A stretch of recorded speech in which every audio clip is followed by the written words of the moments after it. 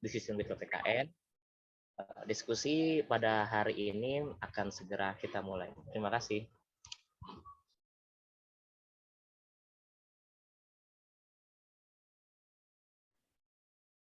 Oke, baik. Mungkin diskusinya bisa langsung kita mulai aja kali ya, Renaldo. Sebelumnya, Assalamualaikum warahmatullahi wabarakatuh. Selamat siang nih kakak abang dan teman-teman semua. Gimana nih kabarnya? Bang Didit, Kak Syifa, Bang Rohman, gimana nih kabarnya kakak abang? Alhamdulillah baik. Baik. Alhamdulillah baik ya. Semoga kita semua selalu berada dalam lingkungan Tuhan yang Maha Kuasa. Sebelumnya, perkenalkan, nama saya Mega Maharani dan teman saya Abram Erlangga Renaldo, selaku pemantik yang akan memandu jalannya diskusi pada siang hari ini. Selanjutnya, saya ingin mengucapkan terima kasih kepada teman-teman dan kakak abang semua yang udah meluangkan waktunya dan bergabung pada ruang virtual ini untuk melaksanakan kegiatan discussion with PPKN.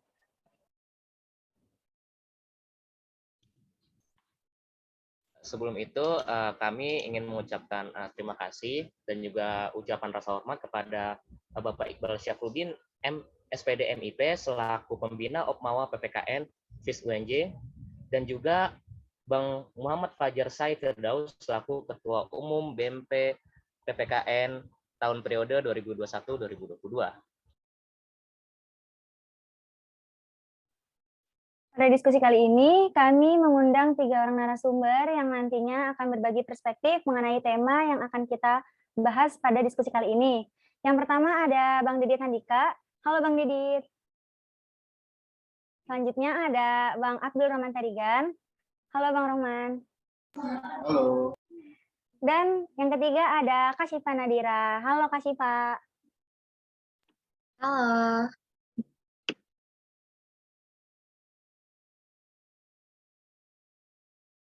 Oke, selanjutnya untuk tema yang akan kita ulas pada diskusi siang ini yaitu mengenai popularitas eks gagasan arah cita organisasi. Jadi membahas tema diskusi kita kali ini erat kaitannya dengan Pemira atau pemilihan raya yang merupakan acara rutin tahunan yang diagendakan sebagai media kontestasi, regenerasi, transformasi, dan pesta demokrasi di ruang lingkup kampus. Dalam ajang pemilihan raya ini tentunya hampir sama dengan pemilu yang dilaksanakan oleh negara. Untuk itu akan ada calon-calon yang akan menjadi kandidat-kandidat politis dari kepengurusan Opmawa itu sendiri. Dan biasanya dalam peristiwa ajang pemilihan ini tentunya akan banyak jargon-jargon politis sebagai bekal daripada calon kandidat untuk menghimpun suara demi keterlaksanaan pemira. Menariknya, meskipun ini merupakan ajang demokrasi kampus, tentunya masih ada beberapa hal yang bisa kita bedah dan kita kaji. Seperti pada salah satu sisi kontestasi dari Pemira ini, tentunya kita sering melihat peristiwa ada calon yang mendapatkan gelar populer dengan popularitasnya, dan juga sementara calon yang lain tidak begitu populer gitu di kalangan kontestasi Pemira ini. Lalu berikutnya dalam Pemira ini juga kita masih sering melihat nihilnya kontestasi perempuan dalam mengikuti pemilihan raya ini. Nah, dari pemaparan tadi mengenai Pemira, kami mempersilahkan kepada ketiga narasumber yang akan membagikan perspektifnya mengenai Pemira ini, terlepas dengan berbagai dinamika dan problematika yang terjadi pada setiap tahunnya. Nah, di sini telah hadir ya ketiga narasumber kita. Mungkin kita langsung aja ke narasumber atau pembicara yang pertama, yaitu ada Bang Abdul Rahman Tarigan. Halo Bang Rohman. Halo Mega, halo Renaldo. Ya, mungkin boleh nih Bang, kita langsung diskusi aja Bang Rohman nyampein perspektifnya mengenai Pemira ini Bang. Oke, terima kasih. Sebelumnya mohon izin ya Bang Didit, Kak Syifa duluan. Bismillahirrahmanirrahim. Assalamualaikum warahmatullahi wabarakatuh. Selamat siang teman-teman semua dari terutama dari BMPPKN ya yang udah menyediakan wadah ini yang pada akhirnya kita bisa sama-sama mendengarkan perspektif dari banyak kalangan, utamanya dari mahasiswa yang tidak berkecimpung dalam Opmawa dan Ormawa, kemudian ada yang berkecimpung di dalam Opmawa dan juga ada yang berkecimpung di dalam Ormawa. Kita tahu bahwa setiap ada pemira selalu ada sebuah konflik yang timbul, gitu. Entah itu sengaja atau enggak sengaja, tapi seringnya itu berdampak pada generasi berikutnya ataupun arus dari pemerintahan atau organisasi yang berjalan. Sedangkan organisasi ini punya peranan penting banget, bukan cuma buat Opmawa itu sendiri atau Ormawa itu sendiri, tapi buat mahasiswa-mahasiswa yang emang nggak berkecimpung di dalamnya pun sebenarnya berkenaan banget dengan hasil dari pemira yang dilaksanakan. Makanya buat siapapun mahasiswanya akan sangat penting gitu untuk tahu sebenarnya apa sih yang terjadi dalam pemira ini, untuk tahu untuk kedepannya itu kayak gimana gitu arah yang mau dibawa sama organisasi ke depannya. Nah, saya pengen kupas ini mungkin dari perspektif atau sudut pandang mahasiswa yang tidak berkecimpung ya di dalam Opmawa dan Ormawa. Namun coba kita lihat perspektifnya bersama-sama, apakah sebenarnya berpengaruh atau tidak bagi mahasiswa yang memang tidak berkecimpung. Saya izin share screen, apa sudah terlihat? Sudah Bang, alhamdulillah. Ya, kalau ada gangguan seperti suara, sinyal dan sebagainya mohon disampaikan ya, karena di sini kondisinya sedang hujan. Oke, nah untuk mengawali ini saya pengen ngebuka untuk sebenarnya apa sih kehadiran organisasi kampus itu, kepentingannya untuk apa gitu. Buat kita yang nggak berkecimpung di dalamnya, sebenarnya emang sepenting itu gitu untuk ikutin pemira. Emang penting banget untuk ikutin segala problematika, dinamika yang ada di dalamnya. Toh pada akhirnya orang-orang yang biasanya nggak berkecimpung ya cuma pengen kuliah aja. Nah, kita akan coba bahas bahwa sebenarnya kita berkuliah aja pun permira ini tetap berpengaruh loh dengan kita gitu. Namun sebelumnya coba kita lihat dulu ya secara etimologi itu sebenarnya organisasi itu apa, terus kita rinci kembali sebenarnya organisasi itu apa sih gitu yang disebut dengan organisasi. Kalau kita merujuk pada etimologinya, ada organon dari Yunani dan organon dari bahasa Latin yang berarti alat, bagian, anggota atau badan. Nah, kalau kita lihat lagi lebih mendalam dari kata-kata yang disusun di sini, kesemuanya itu sama-sama punya fungsi atau kegunaan gitu. Nah, setiap fungsi atau kegunaan itu pasti ada dong tujuan yang pengen dicapai gitu dari kegunaan ataupun fungsi itu sendiri. Baik itu alat, bagian, anggota atau badan, semuanya itu punya peranan-peranan yang harus dijalankan. So, kita dari sini bisa turunin organisasi itu apa sih? Nah, organisasi itu adalah wadah atau tempat berkumpulnya sekumpulan orang untuk melakukan manajerisasi terhadap suatu hal. Hal apa? Hal yang merupakan tujuan bersama yang pengen dicapai. Nah, di dalamnya itu ada struktur yang sangat jelas, mulai dari ketua sampai anggota, dan mulai dari tugas pokok fungsinya masing-masing sampai dengan tanggung jawab yang harus mereka laksanakan. Secara sederhananya, coba kita lihat organisasi itu sebagai sebuah negara deh. Sebuah negara itu adalah setiap orang yang ada di dalamnya itu termasuk ke dalam unsur negara itu sendiri, bahkan sampai rakyat terkecil pun itu termasuk dalam unsur negara. Nah, negara ini sebagai organisasinya harus bisa mengakomodasi, harus bisa berfungsi untuk pada akhirnya bisa menjangkau ke seluruh anggotanya itu mendapatkan apa yang pengen mereka capai atau tujuan apa yang mereka capai. Tentunya kalau misalkan kita ambil sebuah negara, seluruh masyarakatnya itu pengen sejahtera gitu di bawah negara yang sedang berjalan atau organisasi yang sedang berjalan tersebut. Nah, itulah fungsinya negara. Ketika mereka mengorganisasi, mereka memanajerisasi, mereka pengen punya suatu tujuan untuk pada akhirnya sampai ke kesejahteraan setiap masyarakat atau rakyatnya itu. Nah, tapi kan nggak bisa semua orang terakomodasi dong. Nah, itulah fungsinya organisasi. Apa sebenarnya arah yang pengen dibawa sama organisasi ini atau negara ini? Apa yang pertama kali pengen dicapai sama dia? Mereka harus punya blueprint. Apa sih sebenarnya yang pengen dicapai selama kita berjalan ini, misalkan 5 tahun ke depan, 10 tahun ke depan, dan sebagainya. Nah, itulah ketercapaiannya bisa dilihat dari mereka ketika pemilihan berlangsung atau ketika mereka berkampanye dan sebagainya. Sehingga organisasi ini jelas arahnya dan kita tahu sebenarnya arahnya mau kemana. Nah, itu gambaran secara sederhana organisasi melalui penggambaran negara. Nah, kalau di kampus itu kayak gimana? Nah, kita mau lihat kampus lebih mendetail lagi dari landasan yang melandasi dari organisasi kemahasiswaan itu sendiri. Kalau kita merujuk pada SK Kemendikbud nomor 155 /1998 di pasal 1 ayat 1 itu didefinisikan bahwa organisasi kemahasiswaan itu adalah sebuah wahana dan sarana pengembangan diri mahasiswa ke arah perluasan wawasan dan peningkatan kecendekiawanan serta integritas kepribadian untuk mencapai tujuan pendidikan tinggi.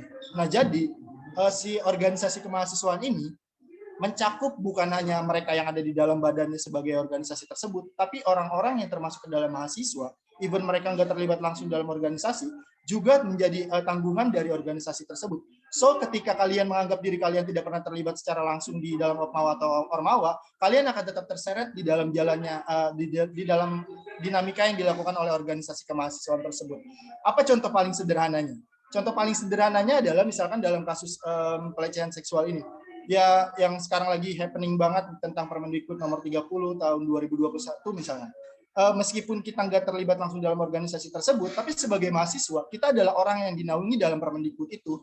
Ketika kita nggak peduli dengan arah organisasi yang mau coba dibawa, lalu kemudian sialnya ada kejadian yang menimpa hal tersebut terhadap kita akan mengharapkan organisasi kemahasiswaan yang terdekat dengan kita untuk pada akhirnya bisa menjadi wadah ataupun tempat kita bertukar cerita gitu, atau melampiaskan keresahan dan kekecewaan kita terhadap struktural yang sedang berlangsung. Nah, ketika kita nggak peduli dan nggak pernah tahu arahnya, kita juga nggak bakal tahu nih bahwa sebenarnya organisasi ini bisa mengarahkan kita untuk menyelesaikan permasalahan tersebut gitu. Tapi kalau kita misalkan mau berkecimpung atau seminimalnya adalah tahu dari para orang-orang yang mau memimpin organisasi ini, tahu arahnya yang mereka ingin bawa.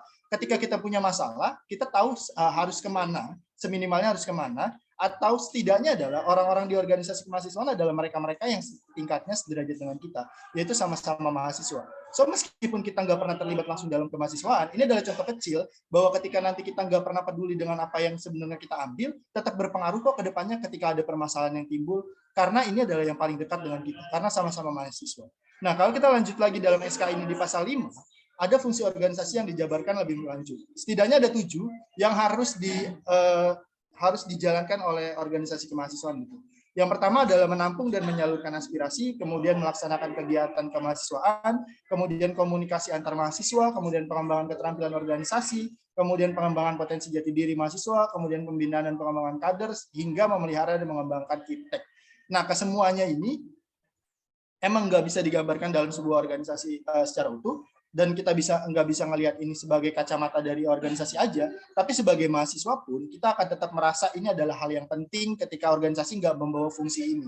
So, ketika kita menutup mata bahwasanya ya udah yang penting milih, tapi nggak pernah tahu apa yang sebenarnya kita pilih atau arah seperti apa yang pengen kita capai, kita bisa lihat dampak yang terburuknya misalkan pada masa pandemi ini misalnya. Ketika organisasi yang kita pilih ternyata memang nggak punya arah untuk menampung dan menyalurkan aspirasi, tapi kita terkendala kuliah kita, misalkan kita keterbatasan biaya untuk lanjutin kuliah, pembayaran UKT berat, dan sebagainya, tetap aja pada akhirnya kita tetap butuh organisasi itu gitu, untuk menyelesaikan permasalahan itu. Ketika kita nggak ngelihat itu, kita nggak pernah tahu nih, nggak pernah sadar bahwasanya ada permasalahan juga loh yang sebenarnya menyangkut dengan kita yang juga bisa diselesaikan dalam organisasi tersebut. Gitu. Kalau kita menutup mata terhadap hal tersebut, kita nggak tahu nih ke depannya apakah benar organisasi ini bisa menolong kita. Kayak misalkan di gerakan tahun kemarin ketika pandemi naik, terus banyak protes mengenai UKT, mengenai SPU dan sebagainya, tetap aja sebagai individu kita nggak bisa turun sendiri untuk itu gitu. Ada sekumpulan organisasi juga yang pada akhirnya mengusul itu, dan pergerakannya adalah untuk kita, untuk menyelesaikan permasalahan kita bersama. Jadi kita nggak bisa menutup mata untuk itu. Nah, terus dari mana kita bisa tahu organisasi yang benar-benar membawa gagasan untuk kepentingan kita sebagai mahasiswa? Dan dari mana kita tahu organisasi ini ya cuma sekedar organisasi IO biasa aja, nggak pernah memperhatikan kepentingan mahasiswa. Setidaknya dalam Pemira ini kita akan kenal namanya kampanye, dan ini udah umum banget bagi pemilihan yang asas dasarnya adalah demokrasi gitu. Untuk pada akhirnya orang-orang bisa tahu, bisa kenal siapa sih yang bakal jadi calon untuk kita pilih, apa sih yang akan mereka usung, apa yang akan mereka bawakan, perubahan seperti apa yang pengen mereka bikin gitu di dalam organisasi ini ke depannya. Nah, itu ada di kampanye. Sayangnya, buruknya dari demokrasi adalah keputusan yang diambil berdasarkan kuantitas, tapi kita nggak pernah melihat kualitas sebenarnya dari suara-suara ataupun banyaknya pilihan-pilihan yang masuk tersebut. So pertimbangan yang paling mendasar dari demokrasi kenapa ini menjadi sesuatu yang sangat jomplang adalah karena suara-suara orang yang kompeten dalam suatu bidang disamakan dengan orang-orang yang tidak kompeten di dalamnya. Itu adalah permasalahannya. Sehingga di kampanye ini menghasilkan dua arah yang berbeda pada akhirnya, yaitu arah orang yang membawa popularitas dirinya dan ada orang yang membawa gagasan untuk pada akhirnya bisa naik. Nah, popularitas itu kita kenal dengan tingkat keterkenalan kita di mata publik, atau seberapa jauh sih orang-orang itu kenal kita di masyarakat, atau sebagai siapa sih kita dikenal di masyarakat. Nah, seringnya orang-orang yang tidak memiliki kompetensi ataupun yang pandangannya sangat awam memilih hanya karena orang ini sering terlihat atau orang ini ya paling sering dia dengar. Ini juga berkaitan dengan teori yang pernah disampaikan oleh Robert Zajong dalam penelitiannya yang mengenai more you see it, more you like it gitu. Jadi semakin sering dia muncul, semakin sering dia mengungkapin kata-kata yang quotes-quotes yang bisa meningkatin diri dia. Pada akhirnya orang-orang yang nggak pernah merasa terikat dengan pemira ini atau pemilihan-pemilihan ini akan memilih orang-orang yang sering muncul itu karena di dalam kepala dia itu adalah orang yang paling populer dan yang paling berputar-putar di dalam kepala dia gitu. Sehingga dia nggak punya opsi lain untuk memilih orang lain gitu karena itulah yang paling sering muncul. Nah, popularitas ini yang juga sebenarnya menjadi bias dalam hal pemilihan. Karena kadang orang-orang popularitas juga karena mereka sudah memiliki nama dan dikenal di mata publik, jarang sekali ada gagasan yang keluar. Tapi mereka akan lebih sering menunjukkan dirinya atau memperlihatkan dirinya pada publik gitu. Karena pada akhirnya mereka juga nggak butuh ngomong banyak untuk orang lain tahu. So orang-orang udah kenal dia, orang-orang udah tahu dia sebelum dia mengeluarkan gagasan dia gitu. Nah, hal ini yang harus jadi pertimbangan penting banget buat kita yang mau milih, even terlepas kita bukan orang organisasi sekalipun, kita tetap harus tahu arah yang pengen mereka bawa. Seminimalnya adalah mereka bisa menampung aspirasi kita sebagai mahasiswa biasa gitu. So, kalau kalian tetap nggak melirik hal ini, ya kedepannya akan ada banyak banget hal-hal yang nggak terduga, karena saat ini era itu unpredictable gitu. Kayak pandemi itu sangat tiba-tiba dan secara masif juga ekonomi kita hancur. Ternyata kita juga akan kesulitan membayar UKT atau peralihan gaya belajar yang harus online membutuhkan kuota lebih banyak dan sebagainya, itu tetap berkenaan dengan kita sebagai mahasiswa loh. Dan kalau kita tetap menutup mata milih hanya karena popularitas tanpa ada substansi yang dibawa, itu sangat mengerikan gitu. Nah, ada juga dari kampanye ini yang mereka bersaing terus-terusan membawa gagasan atau ide-ide dasar yang sebenarnya yang mereka usung dan sebenarnya menjadi tujuan mereka. Tinggal bagaimana kita aja nih sebagai orang-orang yang merasa punya harapan dari kita di dalam kampus, punya harapan sebagai mahasiswa, pengennya seperti apa sih berjalannya pendidikan kita gitu. Ketika kita nggak pernah melihat ini, bahkan ketika tujuan kita cuma pengen lulus aja, itu juga akan sulit loh. Karena ketika kita ketemu dengan dosen-dosen yang cukup problematik, dengan dosen-dosen yang punya banyak permasalahan dan sebagainya, salah satu tempat yang paling tepat adalah ketika kita mau berkeluh kesah adalah organisasi mahasiswa yang dekat dengan kita gitu di prodi. Misalkan mereka punya fungsi ataupun tanggung jawab untuk buat sebuah acara dialog dan sebagainya, sehingga seminimalnya adalah permasalahan-permasalahan yang selama ini kita rasakan bisa diselesaikan dalam hal tersebut. So gagasan yang dibawa oleh di dalam pemira ini jadi sebuah acuan banget buat kita yang memang notabene nggak berkecimpung dalam organisasi tersebut. Itu jadi penting banget untuk jadi landasan kenapa kita harus memilih si A dan kenapa kita harus menolak si B gitu. Karena pada akhirnya setiap langkah yang mereka ambil sangat menentukan juga buat kita, even kita nggak pernah berkecimpung langsung di dalam organisasi tersebut. Yang terakhir, siapapun kita, apapun posisi kita sebagai mahasiswa, organisasi kemahasiswaan memiliki pengaruh dan dampak bagi keberlangsungan kita. So, manfaatkan pemira ini dengan baik, jangan pernah menutup mata terhadap orang-orang yang ada di dalam pemira tersebut. Mari ikuti dengan baik dan mari tentukan apa yang sebenarnya jadi pilihan kita ke depannya. Mungkin itu aja yang bisa saya sampaikan. Kurang lebihnya mohon maaf. Lebih dalam lagi nanti kita akan diskusi. Terima kasih. Assalamualaikum warahmatullahi wabarakatuh. Waalaikumsalam warahmatullahi wabarakatuh. Terima kasih banyak Bang Rohman atas yang telah membagikan perspektifnya. Di sini saya mau mengulas sedikit gitu bahwasanya Bang Rohman itu menyampaikan kita sebagai mahasiswa yang meskipun tidak mengikuti Opmawa harus cerdas gitu dalam memilih calon-calon kandidat. Karena apa? Karena nantinya mereka-mereka calon kandidat ini yang akan meneruskan tampuk organisasi dan ini juga berpengaruh terhadap kehidupan kemahasiswaan di kampus. Oke. Diskusi kali ini akan kita lanjutkan kepada Bang Didit selaku founder dari analogi.co. Kepada Bang Didit dipersilahkan menyampaikan perspektifnya. Oke, makasih. Ini yang share screen saya atau teman-teman aja Gimana? Renaldo gimana nih? Oke, mungkin saya aja ya. Mungkin nanti dari pihak penyelenggara diskusi, Bang. Oke, boleh. Siap, terima kasih Bang Didit. Oke ya, saya aja deh biar udah terlihat teman-teman. Siap, udah kelihatan Bang. Ya, Udah, udah. Bang, alhamdulillah. Sip. Oke, tadi sebelumnya saya mengucapkan terima kasih banget sama teman-teman PPKN nih yang udah mengundang saya ke diskusi ini. Menarik diskusi tentang Pemira, dan tadi udah banyak banget juga dijelaskan secara cukup. Share screen-nya nggak bisa. Ntar dulu ya. Kok share screen-nya gagal ya? Oke, ternyata dari teman-teman panitia. Oke, silahkan. Oke, jadi sebelum sambil nunggu share screen teman-teman, jadi hari ini mungkin saya akan berbagi pandangan tentang ya realitas kenapa akhirnya kita harus ya mendiskusikan hal ini. Saya akan mulai dari pertanyaan sederhana, seberapa mahal UKT kalian di UNJ? Saya pikir pasti ya teman-teman ada yang UKT-nya 5 juta, atau UKT-nya 6 juta, dan lain hal lah. Sederhananya teman-teman, ketika teman-teman bayar UKT, ibaratnya teman-teman adalah bayar pajak atau bayar jasa. Nah, ketika teman-teman bayar jasa, teman-teman harus dapat pelayanan-pelayanan yang teman-teman inginkan. Termasuk adalah salah satu organisasi yang harusnya juga memenuhi kebutuhan teman-teman.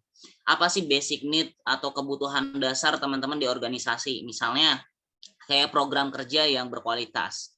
Kedua, misalnya kayak teman-teman merasa terfasilitasi atau teradvokasi ketika misalnya teman-teman banyak problem atau banyak kendala. Nah, hal-hal ini yang harusnya kita sadari ketika kita sudah mengeluarkan uang untuk membayar jasa, maka kita harus mendapatkan jasa yang juga baik.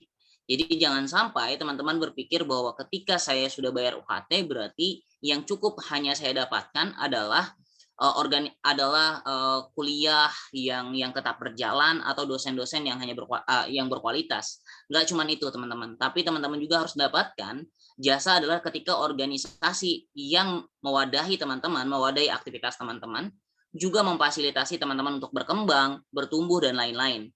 Karena faktanya teman-teman misalnya gitu, ketika teman-teman nanti di dunia kerja, yang akan ditanyakan adalah seberapa giatkah teman-teman dalam berkegiatan di kampus, entah kegiatan internal kampus, entah kegiatan eksternal kampus, dan apa nilai atau apa dampak yang dihasilkan dari kegiatan itu.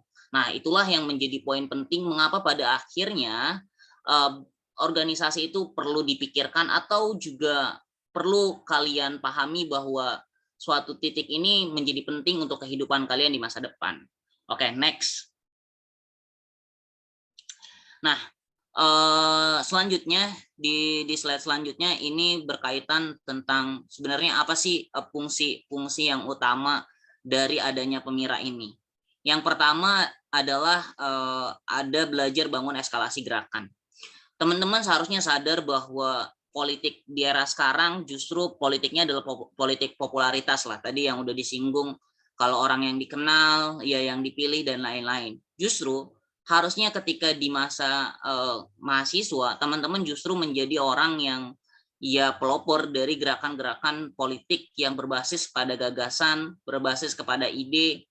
Karena ya ketika teman-teman melakukan hal tersebut, maka teman-teman akan dimulai dari yang pertama ya tadi soal kampanye. Teman-teman harus punya massa loyalis, teman-teman harus punya tim sukses. Terus teman-teman harus bangun trust voters atau partisipan politik atau para pemilih buat percaya kepada teman-teman.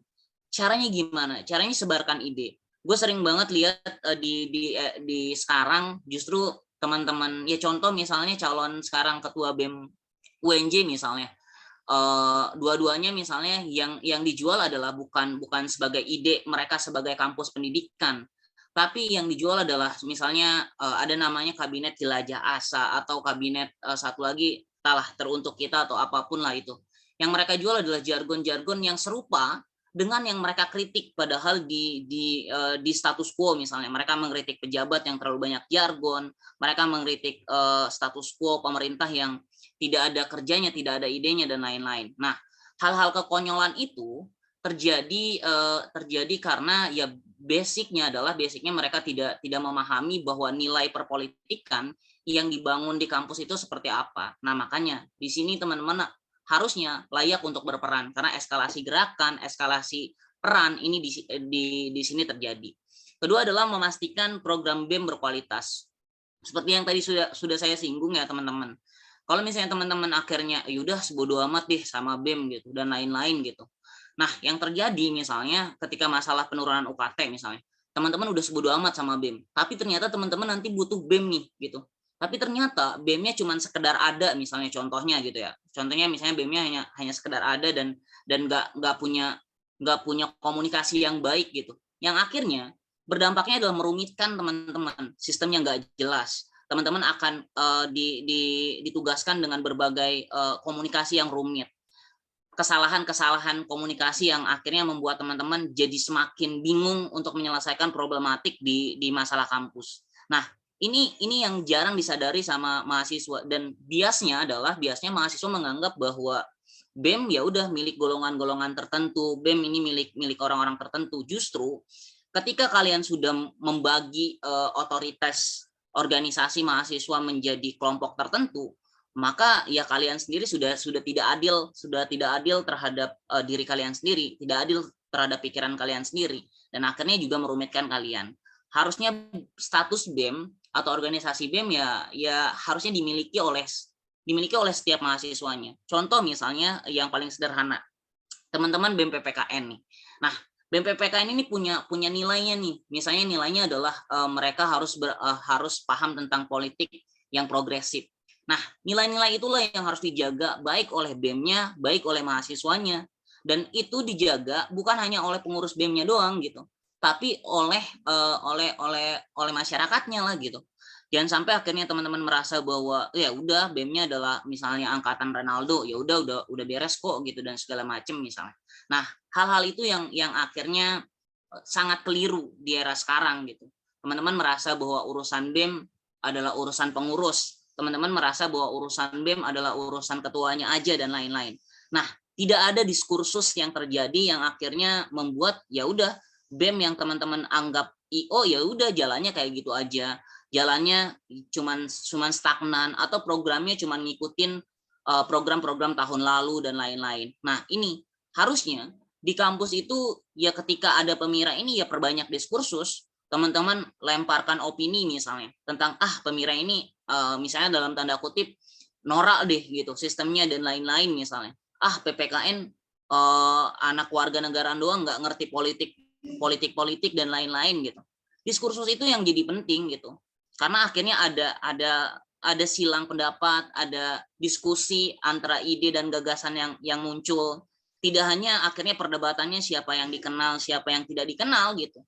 Dan akhirnya yang muncul adalah yang akhirnya dituntut ide apa ke depan, bukan siapa yang harus memimpin. Nah, itu yang jadi poin penting. Yang gagal di kampus kita adalah keseringan adalah yang muncul ada tokohnya. Siapa yang harus memimpin? Bukan ide apa yang harus kita bangun untuk menciptakan kampus kita menjadi lebih baik misalnya di dalam pemira ini. Nah, lalu mengapa semua hal ini terjadi? Next di slide selanjutnya. Oke, nah di slide selanjutnya mengapa ini terjadi? Ini terjadi karena bagi saya melihat problematik pemira adalah penggunaan asas tunggal. Ya mirip-mirip seperti Mas Soeharto yang buat asas tunggal di mana kita semua harus berprinsip terhadap semua organisasi parpol dan lain-lain harus berprinsip pada Pancasila, tidak boleh tidak. Nah, asas tunggal yang saya maksud di dalam pemira ini adalah misal contoh teman-teman yang harus jadi ketua BEM harus lewat PKMP misalnya, atau harus lewat PKMF, atau harus lewat PKM-UN. Standar-standar yang tidak jelas ini akhirnya membuat keengganan nih orang-orang yang di luar BEM untuk ikut kontribusi ke dalam BEM. Misal orang-orang yang sebenarnya ya sangat kreatif, sangat progresif misalnya. Mereka enggan masuk BEM karena ada birokrasi yang sangat rumit sekali. Birokrasi yang sebenarnya di dalam internal BEM sendiri itu sangat dibenci gitu. Nah, hal-hal kayak gini yang akhirnya membuat orang-orang seperti ya mahasiswa-mahasiswa pada umumnya memiliki keengganan atau ketidakpedulian terhadap BEM, atau bahkan ketika mereka pun peduli, akhirnya ruang-ruang gerak mereka ya dibatasi karena ada asas tunggal. Kedua asas tunggal ini adalah membatasi ketika sistem, misalnya contoh paling sederhana adalah badan legislatif misalnya. Di kampus-kampus lain contohnya adalah badan legislatif tidak hanya dibuat langsung dipilih atau langsung didorong dan lain-lain, tapi ada pemilunya juga misalnya. Mereka dipilih dan ada partai-partai politik dari masing-masing organisasi yang ingin menaikkan calon-calon mereka gitu. Jadi kita fair gitu. Dimana kita tahu bahwa yang diusung dari partai ini adalah dengan ideologi yang Islamis progresif misalnya, atau yang didorong oleh partai B adalah revolusioner misalnya gitu. Nah, hal-hal itu sebenarnya bagi saya adalah yang menjadi lebih jelas. Jadi kita bertarung secara ideologi, kita bertarung secara ide, di mana kita sudah lihat calonnya adalah ideologinya ini, idenya ini gitu. Kita akan tidak bias lagi seperti sekarang misalnya gitu. Misalnya ada orang yang sebenarnya Islamis konservatif misalnya, dia tidak bisa menerima ide-ide yang baru, ide-ide yang modern dan lain-lain, tapi dia menguburkan itu dengan jargon-jargon yang ya tanda kutip misalnya universal dan lain-lain, dan akhirnya ya menang gitu di pemira, apalagi gitu apalagi mahasiswa baru gitu. Pasti mahasiswa baru itu yang ngelihatnya dari yang orang yang sering lihat ya tadi mungkin bisa disinggung oleh Rohman, kalau yang sering muncul, yang sering misalnya jadi MC di kegiatan-kegiatan atau di acara dan lain-lain, padahal belum tentu yang sering jadi MC juga punya ide, punya gagasan dan lain-lain. Nah, itulah menurut saya problematik yang ada di pemira. Terakhir bagi saya, kalau misalnya kalau misalnya pemira ini ya teman-teman tetap nggak peduli gitu, ya problematiknya adalah UNJ akan tetap sama gitu.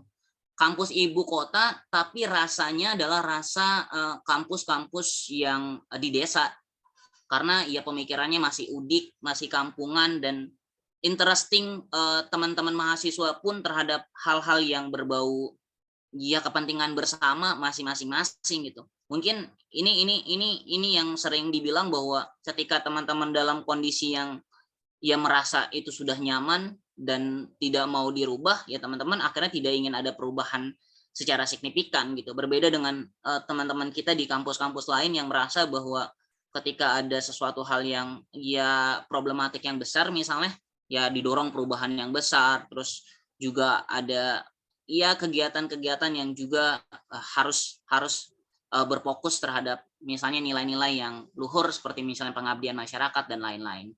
Nah, bagi saya harusnya mahasiswa itu tidak lagi membiaskan diri mereka terhadap kepentingan selfish lah, diri mereka sendiri gitu. Kayak gitu sih. Oke, baik, terima kasih Bang Didit atas penyampaian perspektifnya. Bisa kita lihat di sini bahwasanya peran pemira memiliki fungsi yang cukup signifikan terhadap kegiatan kemahasiswaan atau terhadap mahasiswa itu sendiri, di mana dalam narasi yang Bang Didit sampaikan bahwasanya pemira itu atau kontestasi politik itu seharusnya mengutamakan ide yang dibangun gitu, adanya terjadi perdebatan gagasan, bukan nantinya perdebatan penokohan.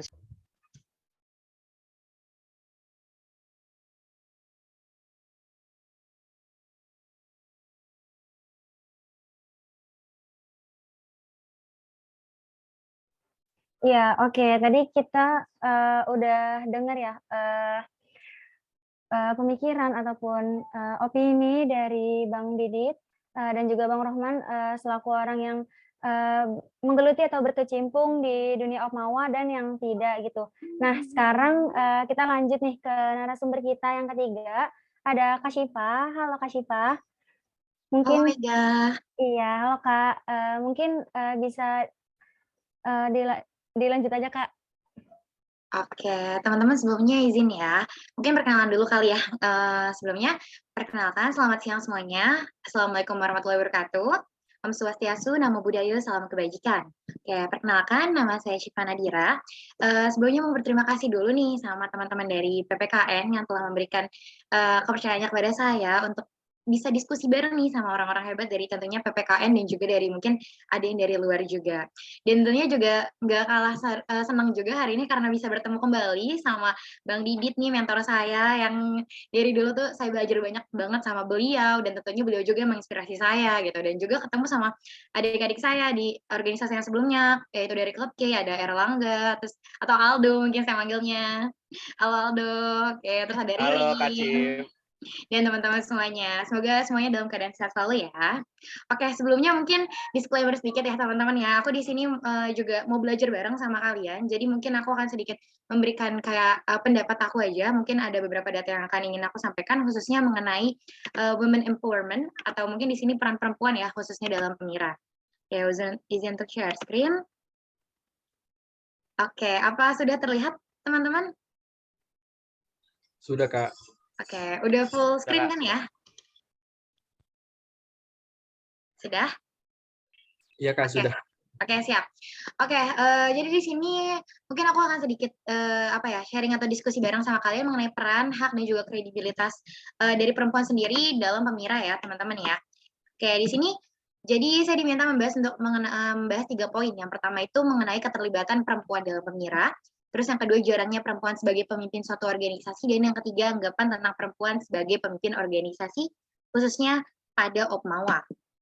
Oke, yang pertama mungkin sedikit quotes dari Ibu Kartini ya. Ketidaksetaraan perempuan ini akibat dari dibatasinya akses perempuan untuk memperoleh pengetahuan sehingga perempuan menjadi bodoh. Nah, pengetahuan di sini tuh nggak mesti kayak kuliah, nggak mesti pelajaran atau nggak mesti hal-hal yang kayak bentuknya itu kayak akademikal gitu, tapi juga pengetahuan yang mereka dapatkan ketika mereka terjun langsung dalam organisasi, mereka terjun langsung ke lapangan, melibatkan diri mereka dalam ilmu-ilmu baru yang mereka dapatkan secara praktik gitu kan. Nah, ketidaksetaraan perempuan yang ada saat ini itu adalah salah satunya itu berdasarkan atau diakibatkan dari adanya pembatasan atau mungkin disparitas antara akses yang dimiliki oleh perempuan dan juga laki-laki gitu. Nah, di sini sendiri,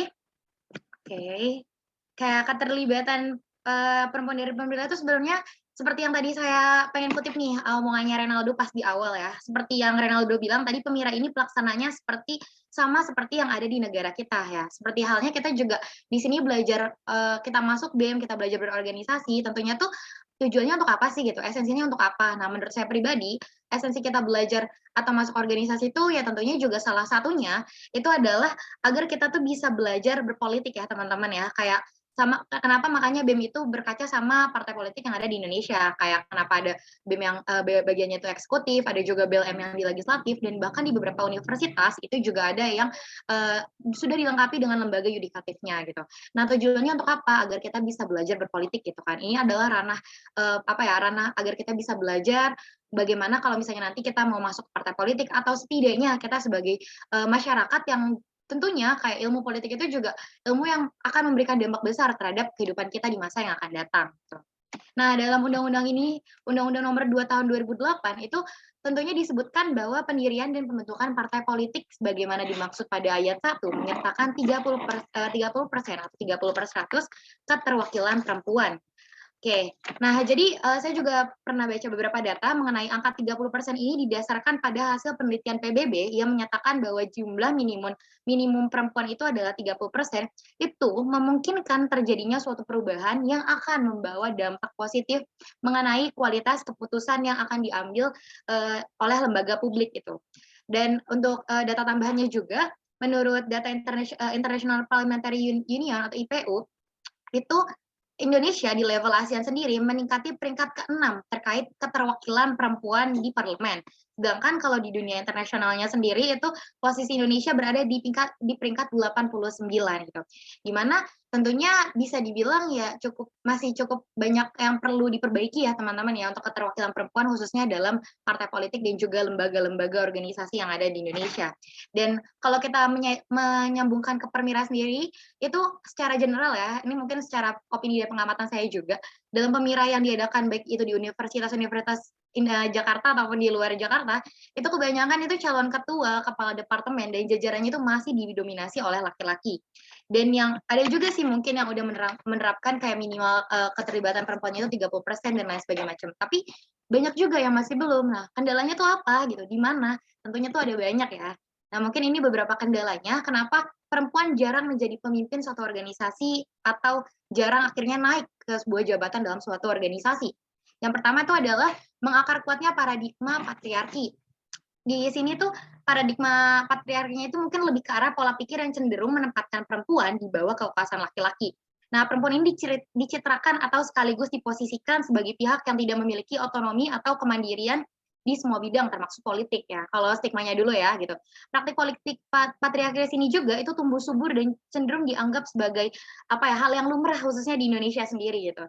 Patriarkisme itu juga menjadi kayak bisa dibilang salah satu tradisi atau budaya ya yang dianggap tuh kayak ini hal yang lumrah loh gitu, kayak ya emang wajar kalau laki-laki yang jadi pemimpin, kayak emang wajar kalau perempuan itu tuh lebih kayak jadi support sistemnya aja gitu. Nah, inilah kayak mengakar kuatnya paradigma patriarki yang ada di Indonesia, dan itu juga menjadi sebuah tradisi yang masih sering kita temui ya di organisasi-organisasi yang ada di kampus gitu.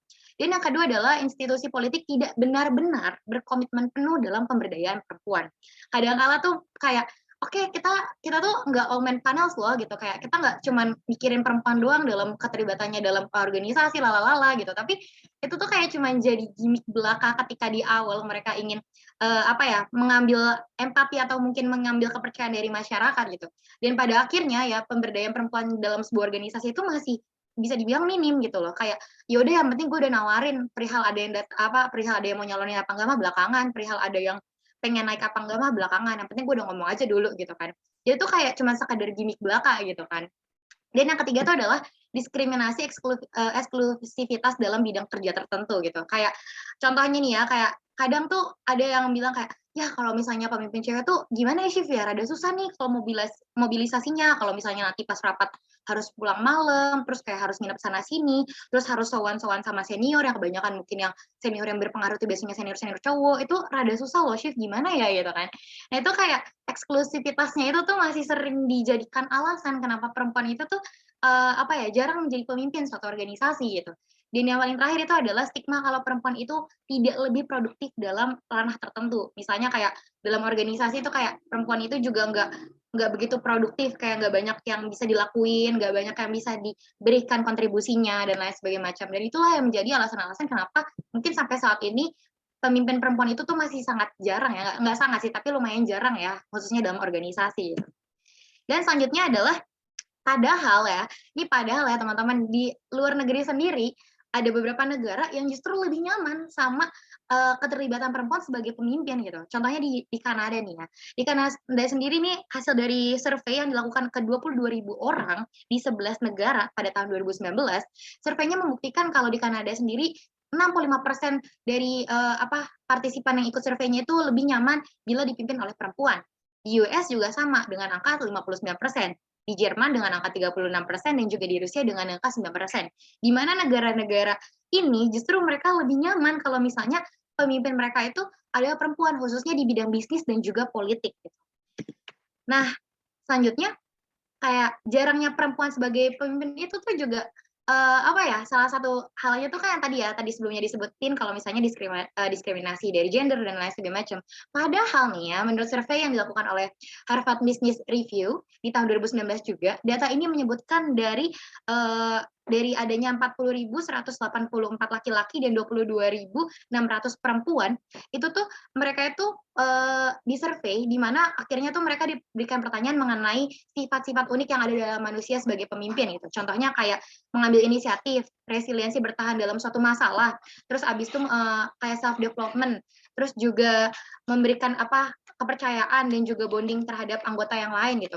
Itu dari data dari 49 sifat unik yang ada dalam yang harusnya ada dalam pemimpin, itu mereka tuh lebih pro ke hal tersebut ada di jiwa perempuan gitu loh. Kayak perempuan lebih bisa untuk mengambil inisiatif, perempuan itu juga lebih bisa bertahan atau resiliensinya itu juga tinggi ketika mereka harus bertahan dalam sebuah masalah, mereka itu juga sangat mempunyai integritas yang tinggi dan juga kepercayaan ataupun kayak kejujuran yang tinggi, dan yang terakhir juga mereka lebih mudah untuk membonding anggotanya gitu kan. Dan dalam research tersebut juga disebutkan kalau skor dari perempuan itu lebih tinggi jiwa leadership-nya itu ketimbang laki-laki. Ini berdasarkan survei yang udah dilakukan oleh di Harvard Business Review ya teman-teman ya gitu. Jadi bukan cuma sekedar opini saya walaupun saya sebagai perempuan nih ceritanya mewakili suara perempuan, tapi ini juga sempat dibuktikan di tahun 2019 gitu. Dan kenapa dan yang terakhir tuh kenapa kita juga harus apa ya, bisa bilang kayak kita tuh kenapa sih miris banget sama keadaan tersebut, padahal tuh kita juga punya banyak banget loh hal yang bisa kita lakukan khususnya sebagai perempuan gitu. Jadi kalau kita memaparkan sendiri ya, bagaimana keterlibatan perempuan dalam pengawas sendiri gitu.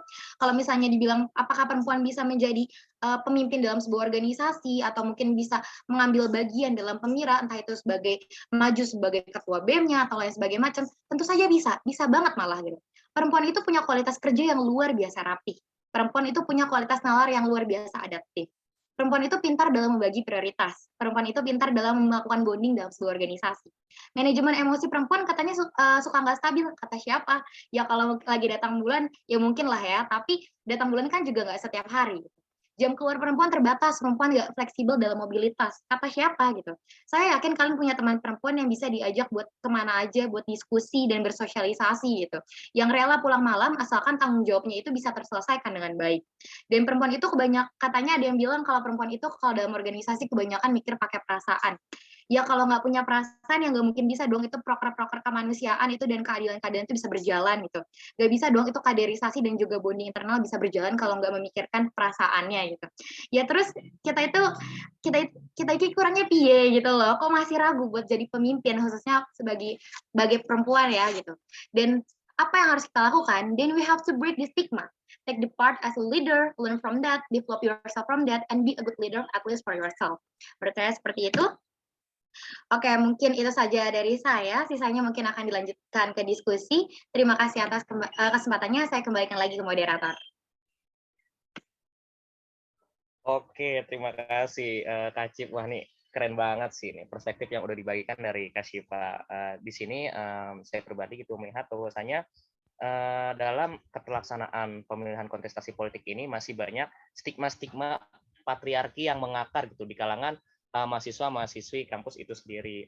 Dan juga banyak juga yang masih meragukan bagaimana progres kerja daripada perempuan. Dan juga stigma-stigma ini yang nantinya harus kita rekonstruksi ulang lagi agar menjadi kontestasi politik yang lebih baik dan juga antara keselarasan antara laki-laki dan juga peranannya sebagai perempuan itu terjadi dengan seimbang. Oke, mungkin sesuai ya sama yang tadi udah disampaikan sama Kak Syifa. Selanjutnya itu ada sesi diskusi nih. Sebelumnya mau ngingetin buat kakak abang dan teman-teman yang mau bertanya ataupun memberikan tanggapan dan memberikan opininya, silakan menggunakan fitur raise hand. Kemudian jika sudah dipersilakan oleh pemantik, oleh saya dan juga Renaldo, silakan menyalakan mic dan disarankan untuk menghidupkan kamera. Dan sebelum menyampaikan pertanyaan atau tanggapannya, jangan lupa sebutkan identitas seperti nama dan prodi, lalu menyebutkan kepada siapa pertanyaan atau tanggapan tersebut ditujukan. Nah, sekarang boleh yuk buat kakak abang dan teman-teman semua nih yang mau bertanya atau memberikan opini, pandangan, gagasan atau semacamnya, boleh banget yuk.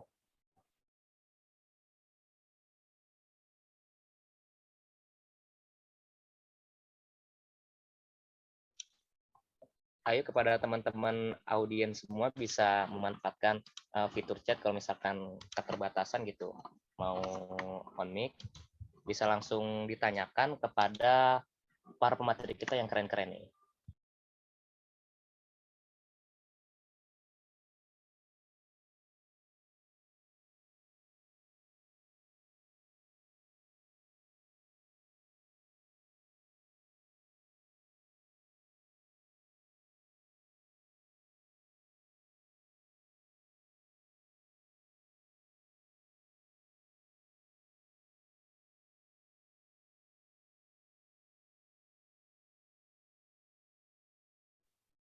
Yuk, kakak abang, teman-teman semua nih yang punya pertanyaan atau punya tanggapan atas diskusi kita hari ini yang udah disampaikan sama ketiga narasumber kita.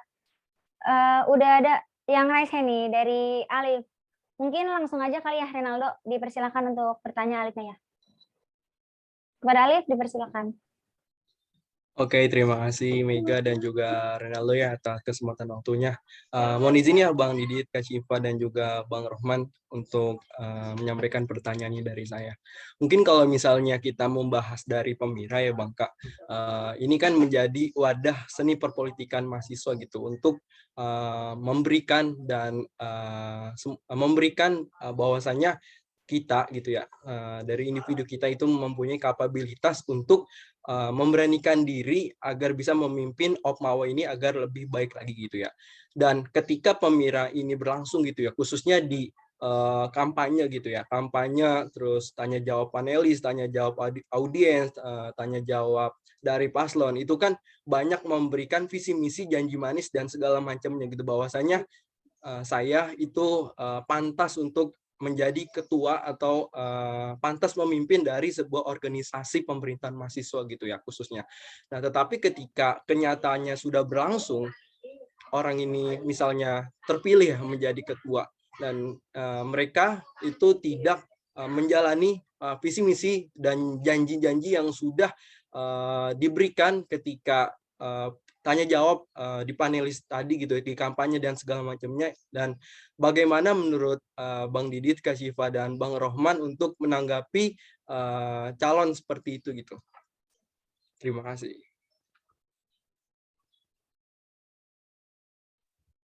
Oke, terima kasih Saudara Alif Fadli atas pertanyaannya. Sebelumnya kepada Abang Bang Didit, Kak Syifa, dan juga Bang Rohman, pertanyaannya mau ditampung dulu atau mau langsung ditanggapi aja, Abang Kakak sekalian? Bebas, terserah moderator, terserah pemantik. Ikut aja ngikut.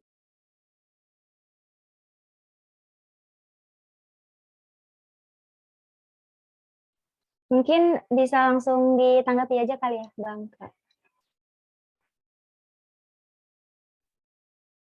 Ya, siapa duluan nih?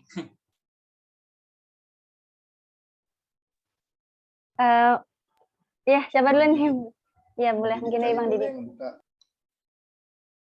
Oke, dari saya dulu ya. Kalau misalnya ada ketua BEM yang nggak apa ya, nggak menjalankan visinya secara baik dan lain-lain lah gitu ya. Nah, sebenarnya ini yang harusnya ada otoritas aturan di badan legislatif gitu. Ketika ya fungsi mereka kan fungsi pengawasan ya. Pengawasan itu nggak cuma mengawasi program kerja harusnya gitu.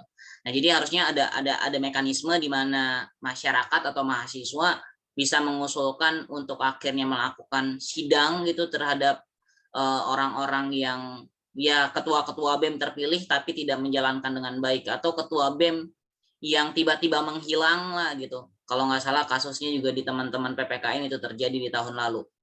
Nah, misalnya seperti itu gitu. Nah, hal-hal kayak gitu menurut saya yang paling dasar adalah yang dilakukan ya tadi minta ke teman-teman BLMP untuk akhirnya menindaklanjut, karena otoritas mahasiswa misalnya pun protes secara besar-besaran ke BEM ya tidak sebesar otoritas teman-teman badan legislatif yang bisa ya membuat sidang istimewa misalnya gitu, atau membuat akhirnya mengatur untuk akhirnya si pengurus BEM ini berubah aturannya dan lain-lain gitu. Karena kalau misalnya teman-teman ya kayak protes dan lain-lain, saya pikir saya sangat sering sekali melakukan itu dan tidak ada perubahan sama sekali sampai sekarang kayak gitu. Kayak gitu sih.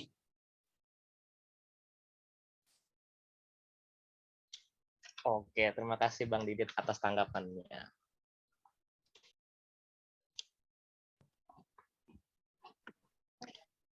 Oke, mungkin izin masuk juga ya. Kalau dari saya sendiri, pandangan saya sendiri sih memang sebenarnya setahu saya ya, beberapa BEM itu juga melakukan evaluasi per beberapa bulan sekali gitu, entah itu evaluasi baik itu untuk ke personalnya, baik itu ke prokernya dan lain sebagainya macam gitu. Terkadang tuh juga salah satu yang pernah saya pikirkan gitu, apakah evaluasi itu benar-benar dibaca, benar-benar dibahas kembali ketika oke nih ada form di share gitu kan. Kadang BLM sih yang suka nge-sharein kayak form evaluasi terhadap BEMA atau apa terhadap proker lah gitu kan. Terus apakah evaluasi itu tuh bener-bener cuman apa ya, apakah cuman formalitas doang atau emang beneran dibaca sih gitu. Kadang kala itu yang bikin saya kayak mager-mager juga sih mau ngisi atau enggak, karena kadang tuh kita ngasih evaluasi juga di proker selanjutnya hal kesalahan yang sama atau problem yang sama itu terulang kembali gitu kan. Jadi apakah efektivitas dari form-form itu juga perlu di apa ya, perlu kita bahas juga gitu, apakah kita perlu juga kritisisasi juga gitu kan, karena jangan sampai juga cuman apa ya, kayak form evaluasi itu cuman kedok gitu doang, kayak untuk menggugurkan kewajiban mereka sebagai pengawas atau gimana gitu kan. Nah, atau mungkin dalam sudut eksekutifnya juga apakah form itu tuh cuma sekedar apa ya, alat atau syarat doang agar kayak BEM itu memenuhi kesyaratan, kayak setelah ada proker harus ada evaluasinya, atau setelah ada proker tuh kalian pada ngumpul rame-rame terus ngebahas apa aja yang kendala dalam prokernya tuh atau kendala dari personal to personalnya tuh gimana aja gitu.